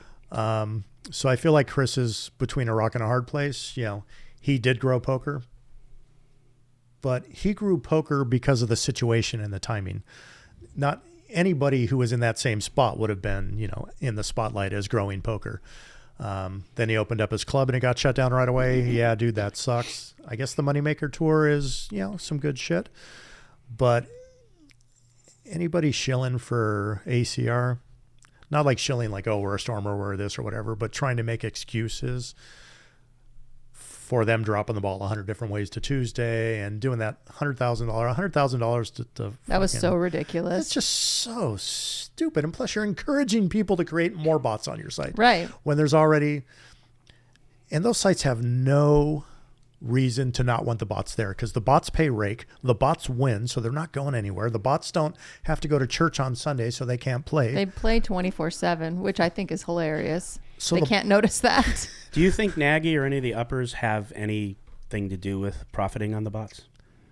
Well, I don't think they directly create the bot. Just from the way you Things or said whatever. indirectly. Rake, right? Indirectly is what you're saying. They're playing 24/7. They're Yeah, winning, right. so they're not going away, and Right. they pay rake. So there is tons of money to be made by having bots on your site. Got it. Why would you want them to go away?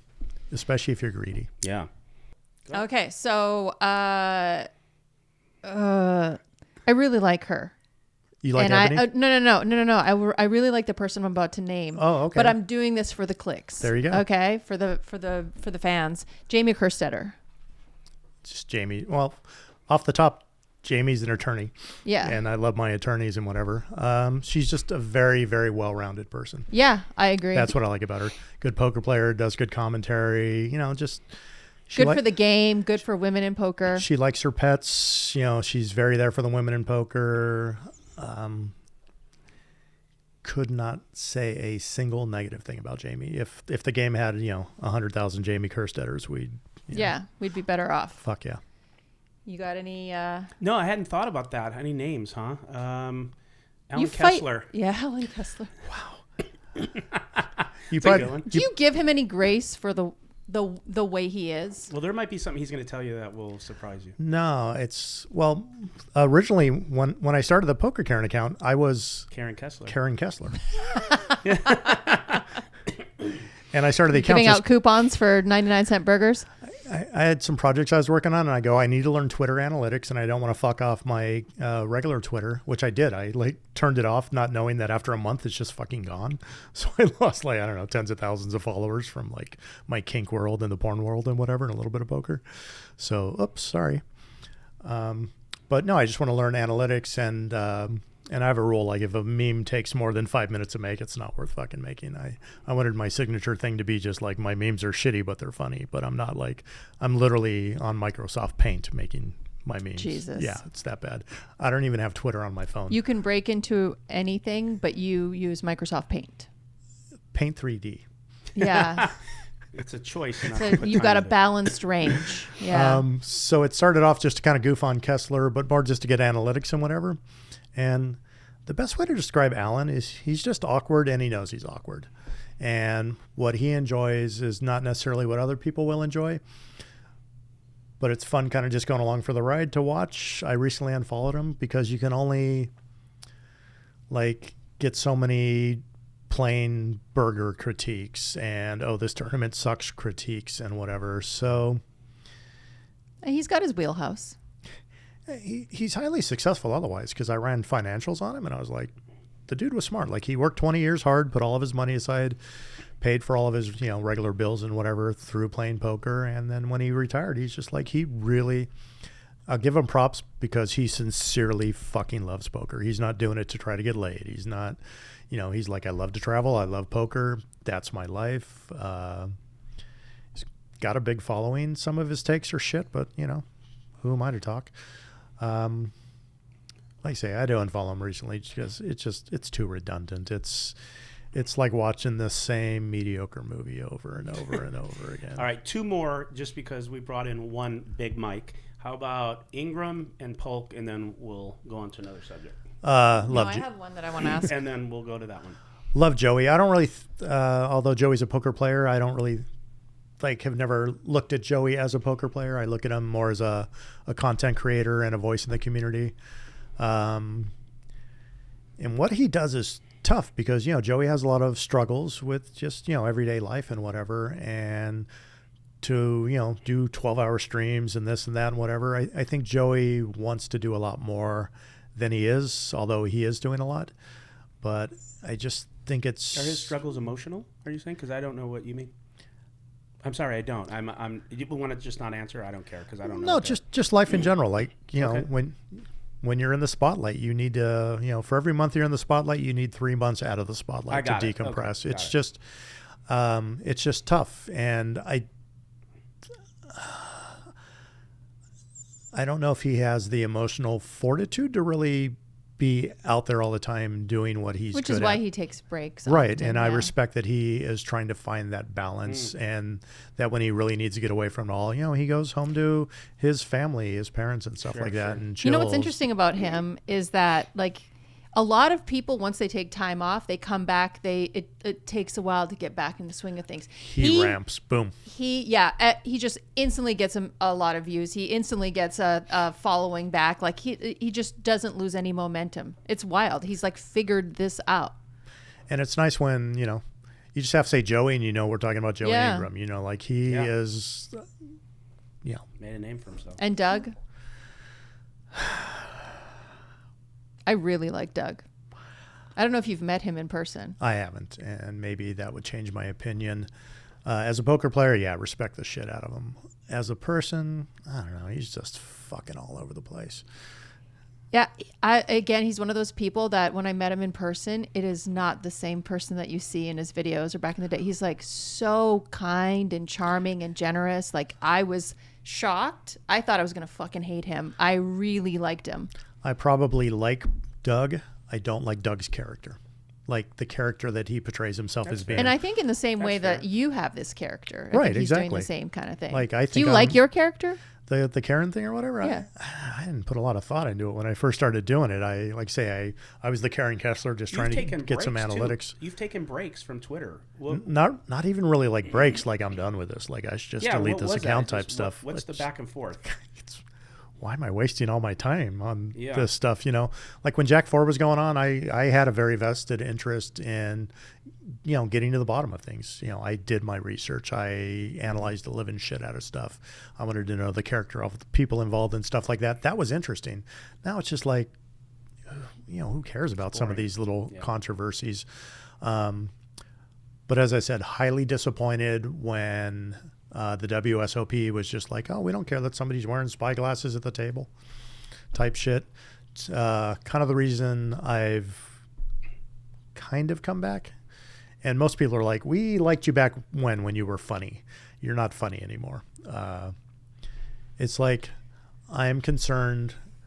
Everybody is so focused on the integrity of online poker when the integrity of live poker is way more at risk. Okay, so I want to make a comment about that. If someone's wearing, I actually didn't see those posts of yours, but if someone's wearing like the Google glasses or whatever, and they're finding a way to cheat or marked cards or whatever, if there's technology involved, I do think that we don't have a sophisticated enough. First of all, we don't have a way to implement any sort of criminal charges onto people. Right. There's no fucking repercussions. And so the DOJ, I don't know I don't know how much you know because I have you blocked, but the DOJ, I met with them. And they came with like a pencil and paper, and they're like, "Okay, like tell us about the signaling." Like they were not sophisticated enough. The signaler. Yeah. They like with Mike Postle, right? It was electronic cheating, right? They were not sophisticated enough to be able to do that. I'm like, so did you guys scrape the servers? Like, what have you guys done? What? Well, we went over there and talked to them. And they had like their notes on with a pencil and paper. And I'm just like, even if this guy was cheating with glasses somehow, I wouldn't know how, but they would not be able to investigate that. They don't have the technology. They're always behind the criminals by 10 years at least. Thank God. Right? I mean, okay, no comment.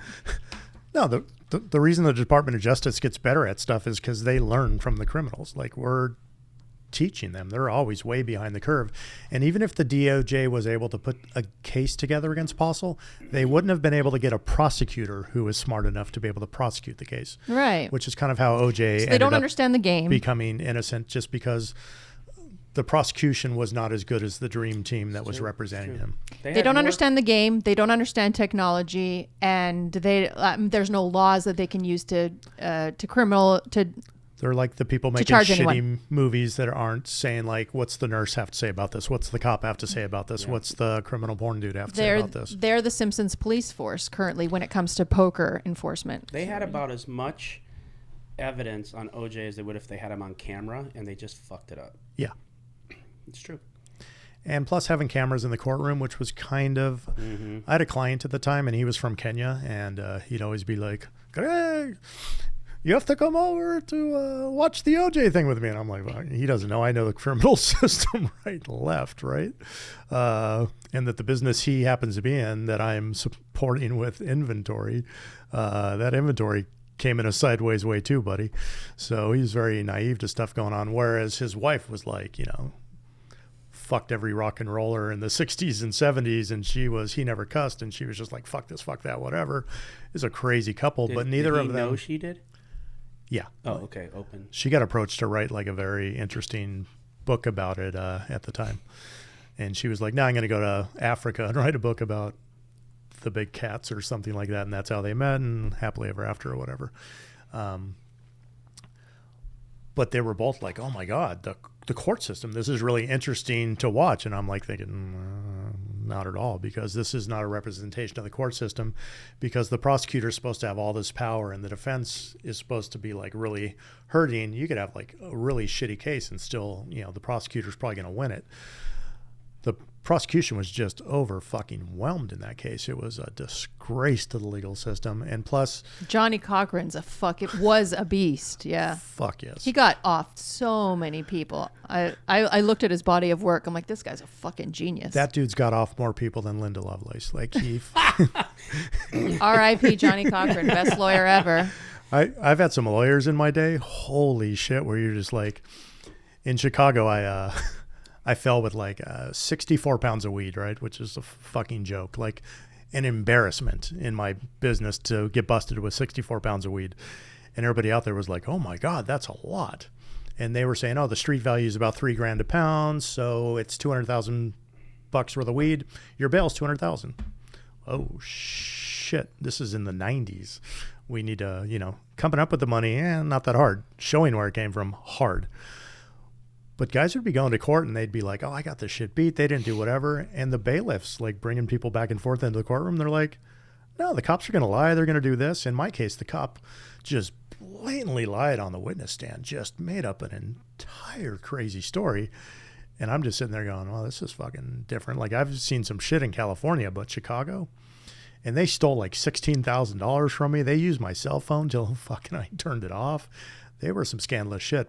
But I had this attorney, Frederick Cohn, where if you ever read this guy's bio, you're like, I read some stuff after his obituary, and they said, like, if you're caught with a gun in your hand and a dead body right in front of you, call Frederick Cohn. He'll get you out of it.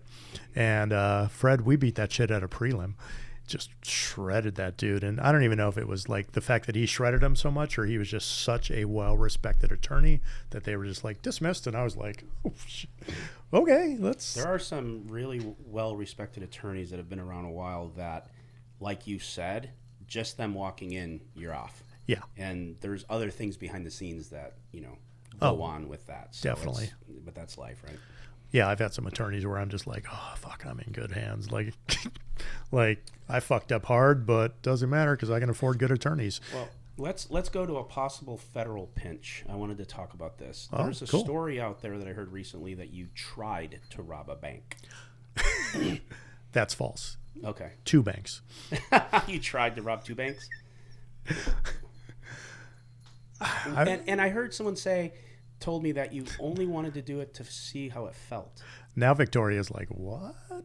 So No, I'll just be completely honest with you. And I told Nick that I would be, and he said you were cool with it. Like a lot of this shit sounds made up. Like I just don't think there's 100% truth to everything you're saying. right, which is good. Yeah, whatever, right? I mean, I sent you that one YouTube thing where it was like, I'm like, you're gonna think I'm full of shit on a lot of these things. So this is just something a random friend did the one time at Greg's house. But anyhow, I was like, I can't remember where I was in my 20s. must have been really early in my 20s because I worked in Century City, Beverly Hills when I was 20. And one of the banks I went to hit was that same bank where I used to cash my checks back when you actually got checks. So I don't know. I was just like, and I'd known some bank robbers over the years, all the way down to juvenile hall. There was a Mexican dude in there who just loved to talk about all the banks he'd done. And so anyhow, I was just like, it wasn't really about the money because back then, if you did a note job where you just walk in with a note and go like, give me all the money, it's like $1,500 was the average back then. So you're better off just, taking out a car or something like that. But it was just something I felt like I had to get out of my system. So I lived in LA, and plus I was in a halfway house at the time.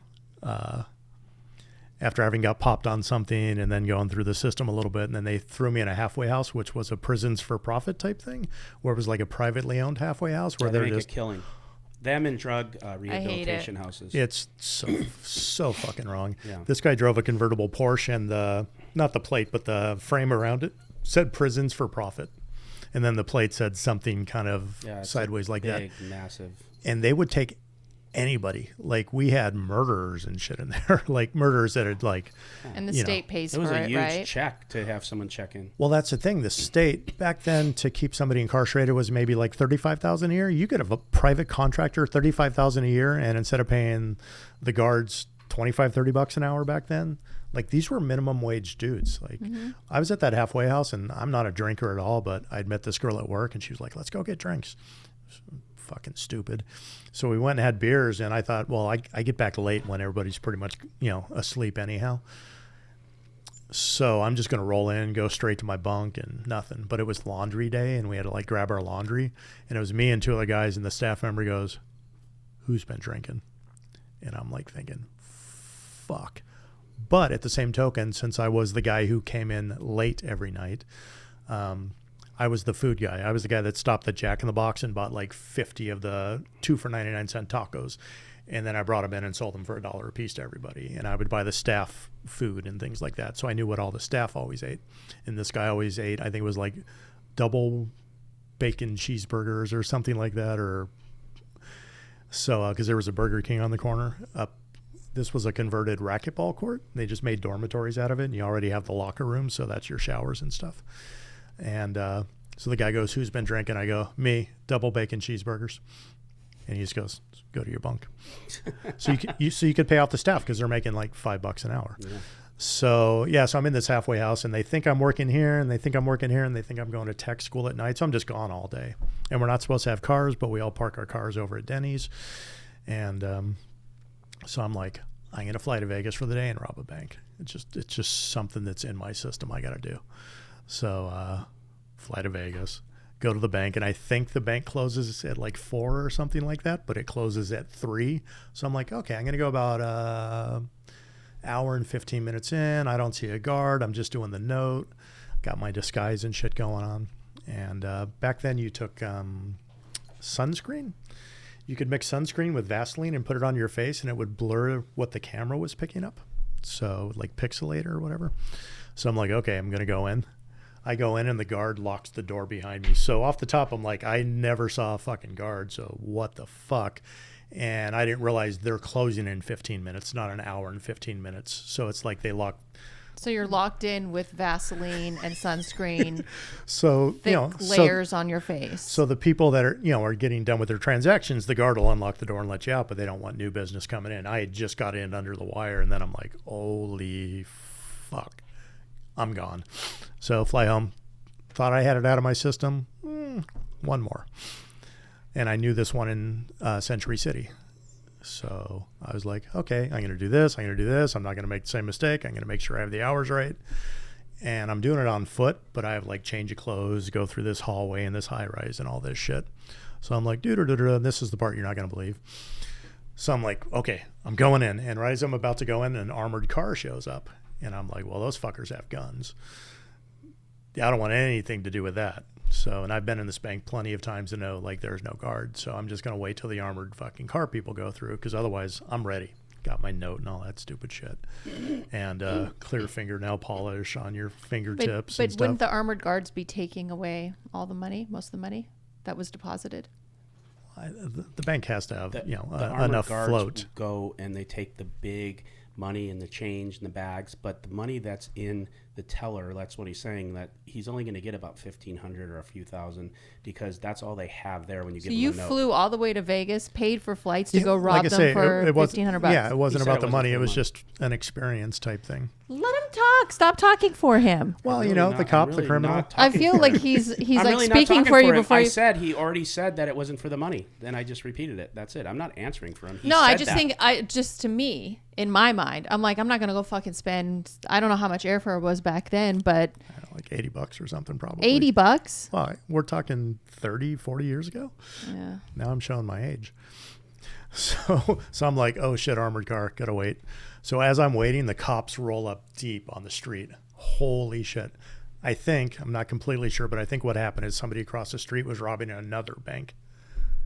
So I'm just like eating the note, and it was good because that way I didn't put myself in harm's way, and I totally had it out of my system at that point. Never again have wanted to hit a bank. I'm picturing you again with I had hair back then. Vaseline, sunscreen, clear nail polish on all of your fingertips, eating a note in a car. Not in a car. I was on foot. Oh, on foot. Okay. So we got that. All right. Yep. I don't know if I have anything else. What do you got? Vanessa Kade. Oh, geez, that was the one you wanted to get out. Okay. I think Vanessa's great for the game.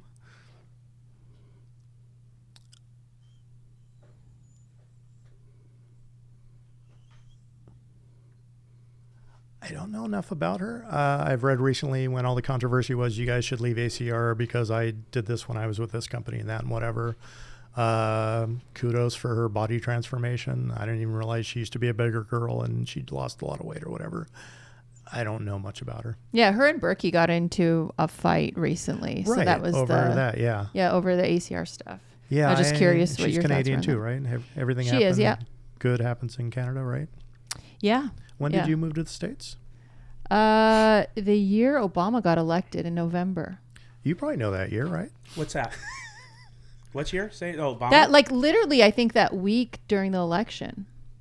Yeah, Wow. that's how I remember it. It was a year of hope and change. It was It was. Yeah. I put such a massive billboard up. Well, one of my stores had a big sign above it, which we didn't own. It was leased out to Clear Channel or whatever. That was part of our revenue stream. But hate to disappoint everybody, but I never vote because, early in life I was a felon and we weren't allowed to vote. And then when they were like, okay, you can vote as long as you're off parole or whatever. But in 35, 40 states, which is where I get a lot of my information, you can go look at the voter registration stuff and you get everybody's up-to-date addresses and birth dates and voter affiliation and stuff like that. And I've lived a very under-the-radar life. Up until this moment. So, it's... so being registered to vote is something I didn't want to do as far as revealing identity or where I might live or something like that, even though everything goes through a mail drop. But I was very big on Obama. And that year, my mom lived with me. Well, I won't say she lived with me. She lived at one of my houses that I didn't live at. But I had moved her in there because I ran a business out of it. And I just thought it'd be cool for her to be around people. And we talked a lot of politics. And she made a lot of mention of things that were on the DVR from the Playboy channel, which I had not even thought to delete.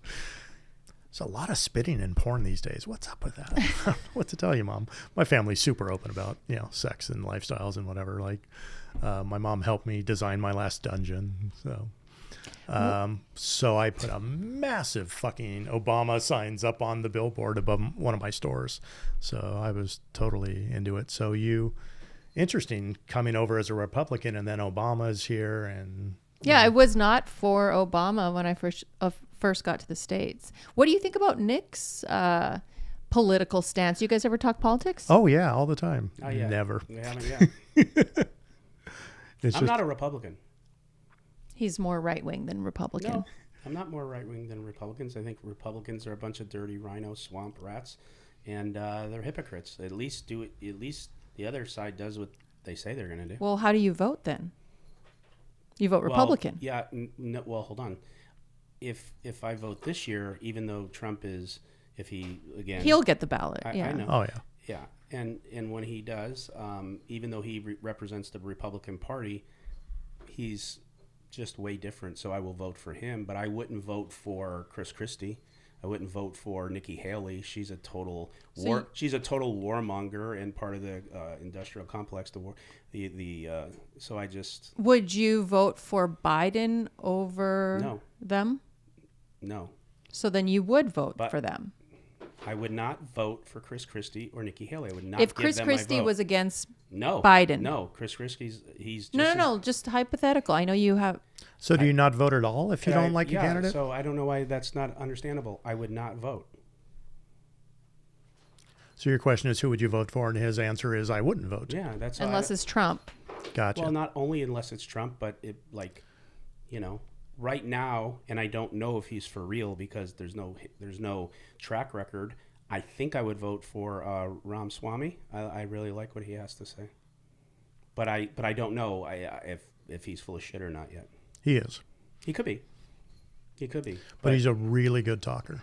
No, his communication skills are off the charts. But yeah. I might vote this year just to do it. Oh, you can vote? Yeah. Although I went to the DMV recently Biden's doing such a get good a job. license because I misplaced mine, and this would be an easy check mark. It's automatic that they register you or whatever. You have to fill out paperwork to not do it, and I was like, But I might register under. I've had the same mail drop for 15 years or something like that. You have that address now. I have it. Yeah. My Ginger address. Mm-hmm. Do you ever troll someone and then slowly start to like them? I might already like them before I troll them. Yeah? Yeah. I just might troll them because I think they need to be put in check a little bit or need some things pointed out to them. What are big things that people do that trigger you to start trolling them? Besides they can't take it, but what are with Nick, you started trolling Nick and then now you're going after Berkey. What are your triggers? Yeah, sorry, I'm just repeating myself at this point. And like I say, I don't necessarily know if I'm going after Berkey, but I don't like that if he spews some bullshit and he gets called out on it, like legit receipts where he knows he fucked up, that he doesn't. He gives himself a lot of grace where he wouldn't other people. He needs to start off the show and say, hey, a couple days ago I said this, and let me just set the record straight, blah, blah, blah. Do that? Fuck yeah. There's ego involved there, and know that's that. the problem. Berkey's ego. Everything is ego with him.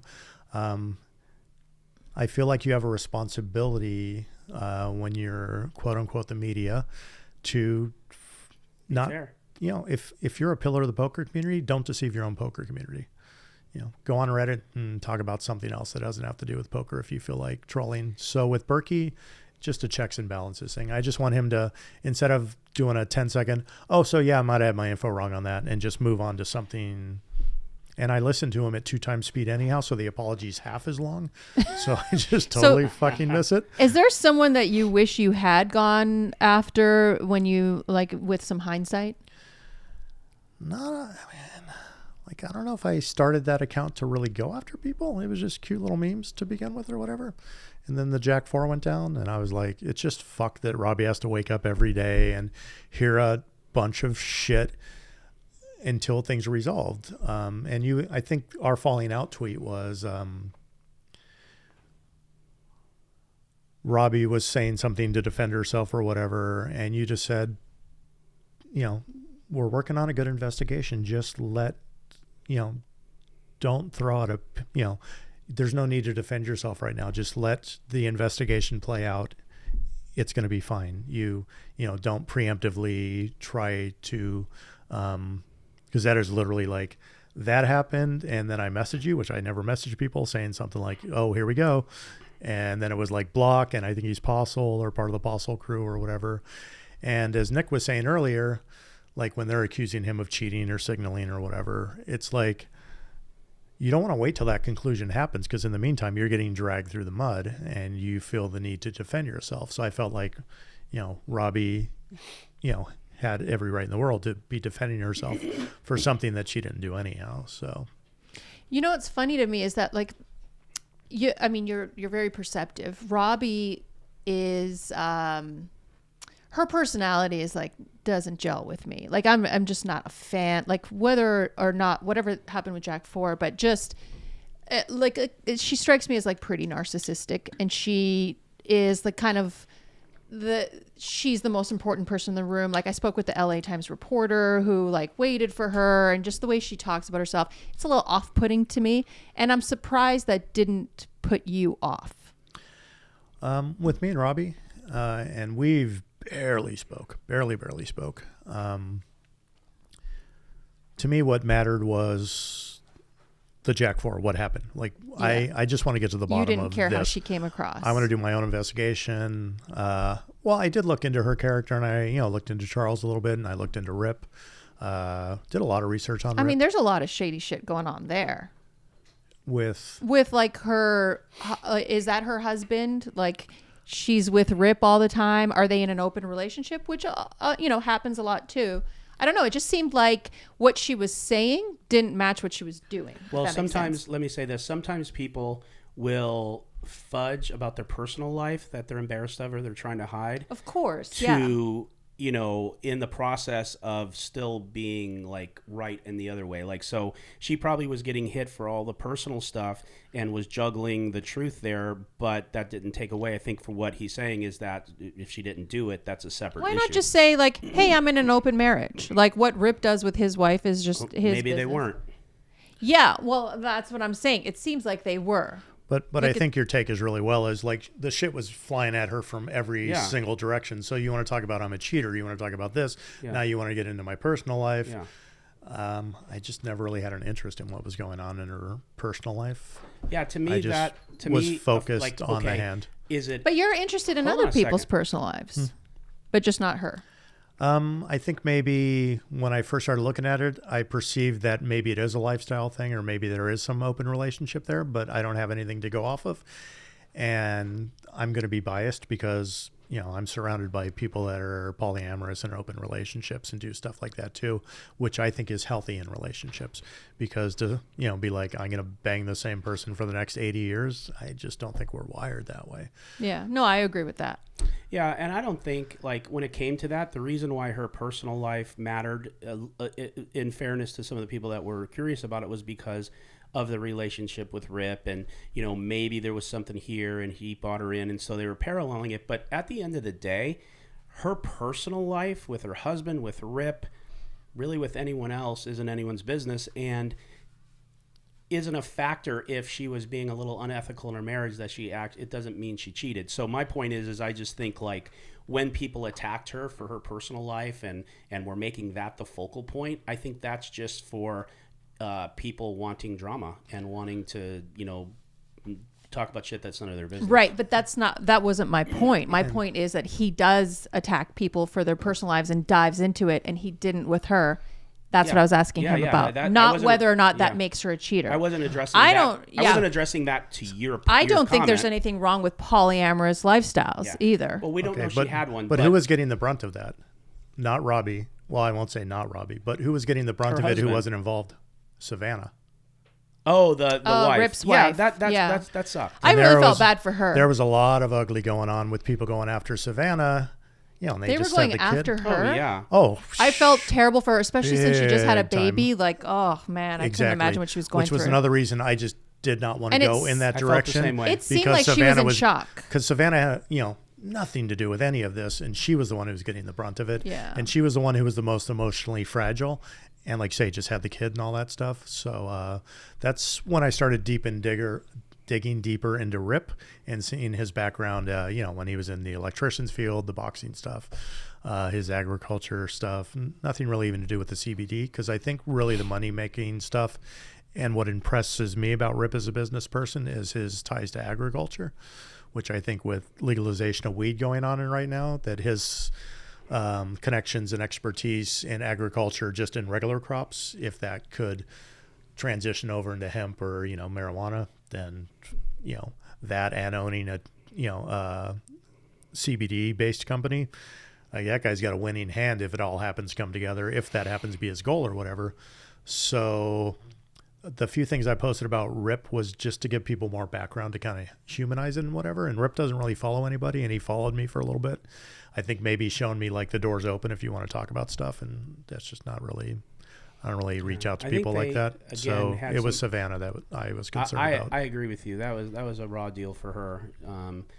I think him and Robbie had some kind of business together with toothpaste, maybe CBD toothpaste or something. So they were connected. She That way mentioned too. that really early on, Yeah, but I don't know much That's about so interesting. That's a weird way to get CBD in your system. or weed, or I Like don't there's remember. just so many better ways. to me that was almost like a knee jerk thing that she said. I thought because that was just super early on. They were like, "What's your connection?" And she was like, "CBD toothpaste," and I was like, That is like maybe it's something they drunkenly talked about at a bar one day or whatever. Yeah, it could just been just the missile she fired. Rep that didn't even CBD happen. business is interesting though because it's very farm to Consumer.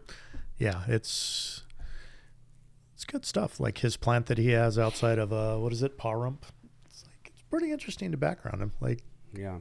but also things are said about anybody who's in business. Things are going to be said. So people will be like, oh, but when he was doing the electrician stuff, this happened. Well, fuck it. I grew up in the trades. Everything was union. Lots of shit happened. Like that's just the nature of business in Of general. course. I mean, people have to understand too when you're in business. If you're in business 30 years, you're going to be in lawsuits. And Fuck people yeah. think if you're in lawsuits, there's something wrong with you. Like you just go. If you're not in lawsuits, you're not in the gray area enough. In business, people go, they want business advice from me. I say, work ethic, fucking, you're going to put some hours in. And two, find the gray area. The money's in the gray. The money's not in the, we're super fucking upstanding, whatever. The money's in the gray. So you're going to stray into the gray. So you might need lawyers. And also, competitors are going to come after you. Well, People are going to be pissed off. competitors, Like, consumers, competitors. just know you're going to be in litigation. And it's a badge of honor. Like, oh, I'm in litigation, fucking, then I'm making it. I'm doing it right. Like, if you're not in litigation, you're not really fucking doing it right. I have to say that I'm pretty shocked sitting here. You're kind of destroying all these ideas I had about you. Damn it. And Sherry speaks very highly of you, and she did the other night, and I was like, yeah, fuck, whatever, I don't care. But you come across, you're very intelligent. You seem like you're pretty successful in life. And you seem like you're thriving. So it's interesting. I think my perception is you're probably too smart for a boring life, and you're just like a kitty with yarn with, trolling people online. That's what you're just probably finding it fun. And when it becomes boring, you just stop. Yeah. It's like I've walked away 4 months at a time or whatever and like didn't miss it a bit. Like it's not like a lot of internet trolls. Like that's all they have. Like those guys that sit around on Spaces 24 hours a day, just talking about the same shit over and over and You're over. kind of the Dexter of poker, but you don't kill anybody, Exactly. which is probably good. Yeah. Two things. Murder is something to take very serious. One, from communicating with him only on DM until this up here, I knew that you were going to say that because the vibe I got from just communicating with him is what you just said. So I'm so fucking shocked that the two of you are sitting here, right, and friends. so I knew. Well, there is 8 feet apart. I knew you were going to have that take. We've got security back but I here. didn't want to say it to you because I knew you'd come to it on your own conclusion. And then the second thing is when we were still kind of going at it, I said the same thing you said. I said, well, I'll give him this. This Poker Karen isn't an idiot because we talked on Spaces or I heard you. I'm like, and you even remembered me saying it. I said, he's very intelligent and he's very articulate and he's definitely not a dummy, which confused me because usually those type of people that will go to that level are just dopes.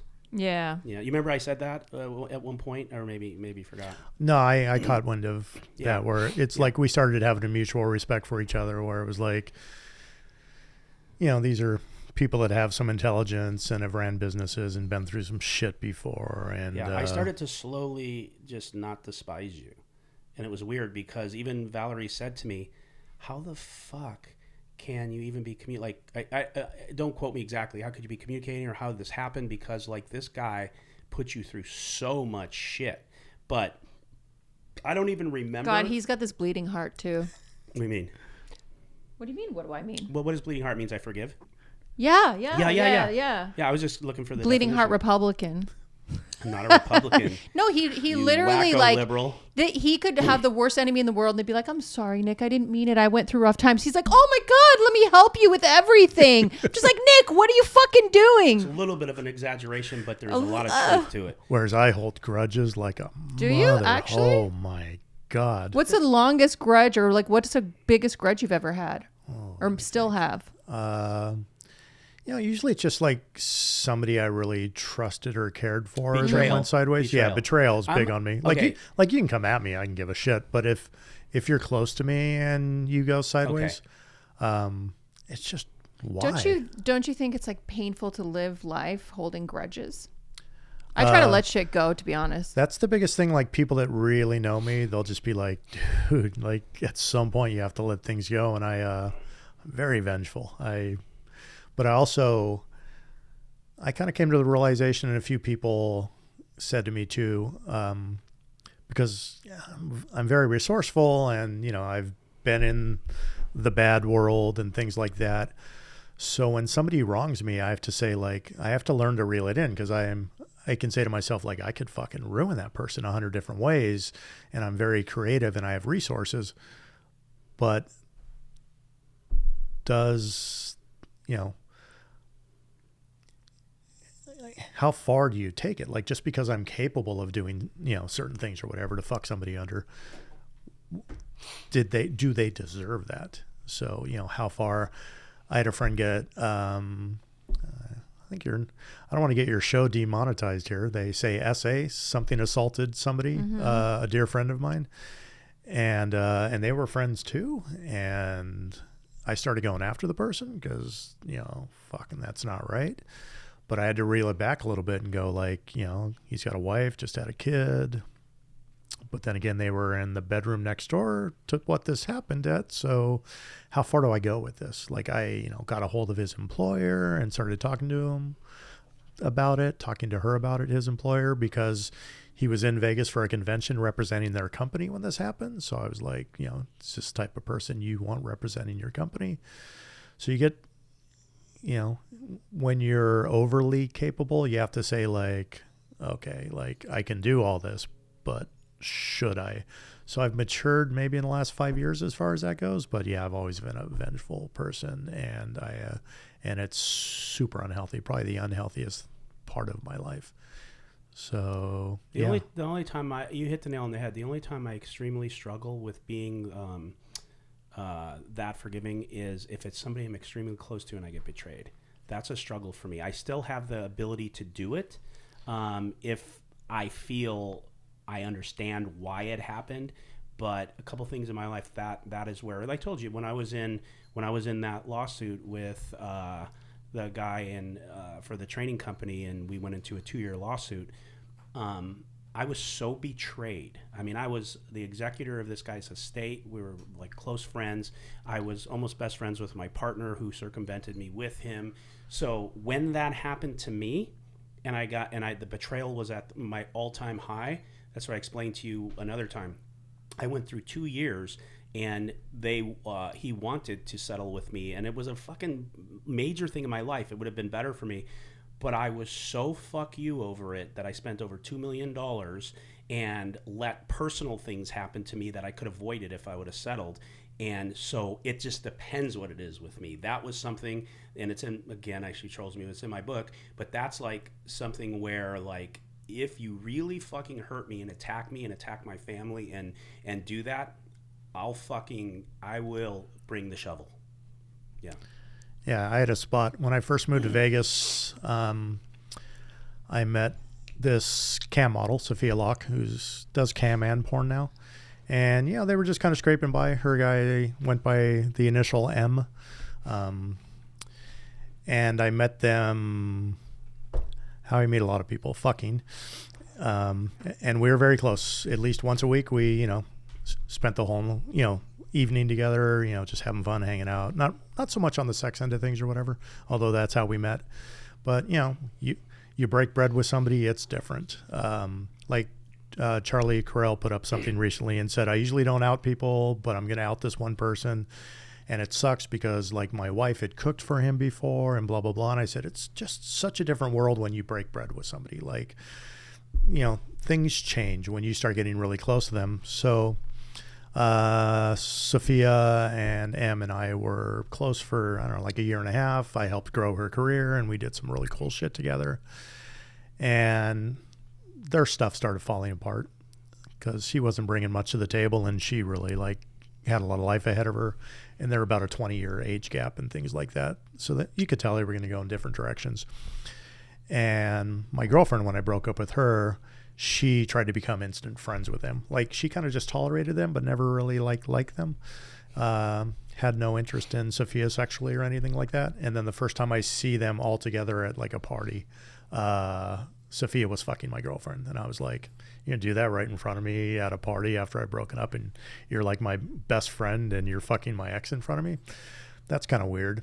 And so I just kind of said, like, it's time to walk away. And that's my thing with people. If I get really betrayed, and it's something that particular girlfriend had pointed out too, she goes, I don't want to ever get to that point with you where I'll just turn my back and that person is just completely gone out of my life, never going to say another word to them again. And that's kind of the hurtful thing, is like, they know it's never going to get worked out if we get to that point, because I can turn on a dime and just be like, I'm done with it. And in the midst of all this, my mother had passed away, and I was just fucking floored. I didn't leave my condo for like 9 months when this shit happened. And out of the blue, I had them blocked and hadn't talked to them in like a year. And out of the blue, I started getting some stuff coming in where I'm like, that's coming from them. And then they posted something on their Twitter about me, something very personal. And I was like, the fuck? So I unblocked everything, and I go, where's this all coming from? Like, I had no association with you guys for a year. And it was more him, and I don't really hold Sophia to the flame on this. But I said, I'm unblocking you so we can talk about this or whatever. So he responded with something or another. And then the very last thing he said to me was, your mother would be proud, blocked. And I was like, all right. It's the first time in a long time where I was like, I'm going to kill him. And I had to think really hard about it, because I'm very resourceful. And if I put my mind to something, I'll do it, probably get away with it.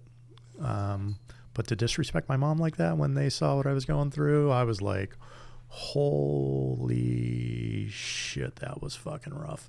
So, something like that, that's the closest I've been to like, all right, I got to take somebody out, because that's just wrong. Like, ruining this person's life isn't good enough. But I let it go, which was probably just because I was still in the mourning period and stuff like that. But that was a really fucking dark time for me, for somebody to say that to me. And they knew a little bit about my background, not a lot, but still knew, like, I'll fuck some shit up. That was hard, but yeah, it is. When someone knows you, like you said, breaks bread with you, betrayal is tough. They can say those things, because like random people online wouldn't know that about you, right? So yeah, that was so betrayal. That's a tough one, but otherwise, I'll see people leave comments on some of my stuff, and I'll look at their profile picture, and it'll be like one of my vanilla pictures from who knows where they got it or whatever. And I'm like, and they think they're trolling me, and I'm just like, respect, like, where'd you get that picture from or whatever. I don't respond back, because I just like, whatever. Trolls go away when they don't have anything to feed off of. So and learn that the hard way. Yeah, and I still get like, oh, so-and-so's the poker Karen, and I'm like, how many hundreds of different ways have I've posted how many pictures of myself now? And well, you've been blocked, but I like literally posted a slideshow. Yeah, I remember. Yeah, that's when I was just like, I'm done with this. I'm going to literally post a slideshow of myself, and I did it with the Beatles song, like, and in the end. And it was like a 90-minute or 90-second, like, bye-bye, here's who I am, fucking, and, here's all I just used a bunch of pictures from porns, because I photograph like shit. But those porn photographers, man, they're good. Right? So do you now, when you play poker and stuff, you just tell people who you are? No, and I barely play now. But one of the funny things was when I first started, when shit was hitting the fan, when accusations were going everywhere about HCL and whatever, and I had something I touched about on way earlier. A lot of stuff about Nick and all these other people. It was already out there. It was just I just took it, read it on Reddit, and I was just like, all right, I'll just repackage it, because I have a voice and I can repackage things a little bit better. And it got out there. It wasn't like stuff that wasn't already there. So some of the stuff was going out about DGAF. I always get that wrong. And it's funny being on your show, because I'm blocked by, not HCL, but I'm blocked by Hustler Casino. I'm blocked by Val. I'm blocked by DJF. I'm blocked by Max Payne Monday. I'm like blocked by Ryan, which fine. I'm like not asking anybody to unblock me. We all have burners if we need to look at shit. But I was playing poker at Caesars, and some dealer was just going off about the poker Karen, talking shit about DJF, like he's the nicest guy. You know, I've dealt to him a million different times, and this fucking poker Karen. I'm just in there going. And but I do listen to people, and if somebody like attests to somebody's character that hard, like I laid off DJF, not because I had to. He's a great guy. Yeah, he really is, and he took the accusations of cheating harder than I did. And he lost his relationship with Garrett. He was literally like fucked up. Well, he was like ready to meet that one dude from Arizona, like halfway. I don't want to fucking signal boost him, to fight him, because you guys initially thought that guy was the poker Karen because we were using some of the same words or something like that. He was off the rails. Yeah. Yeah, but he's a good guy. He really is. Yeah, he's a good dude. Funny, loyal. And just based on that dealer just really hammering it home to, you know, players at the table for his 30-minute down that DJF was cool and, you know, fucking poker Karen's an asshole. I was just like... Yeah, she got both right. It was a he, but still. Yeah. So, yeah, I backed off of that because I do actually listen to what people say. Yeah. So. Okay. You have anything else? No. How about you? You want to leave anyone with anything before we do I'm this? still in shock, just to be honest. You good? I'm good. All right. Well, this is the Nick Vertucci Show. I am Nick Vertucci, and for Valerie, guys, the takeaway this is the poker Karen is, don't respond or react, and it will go away. That's the takeaway. This is the Nick Vertucci Show. Envy out.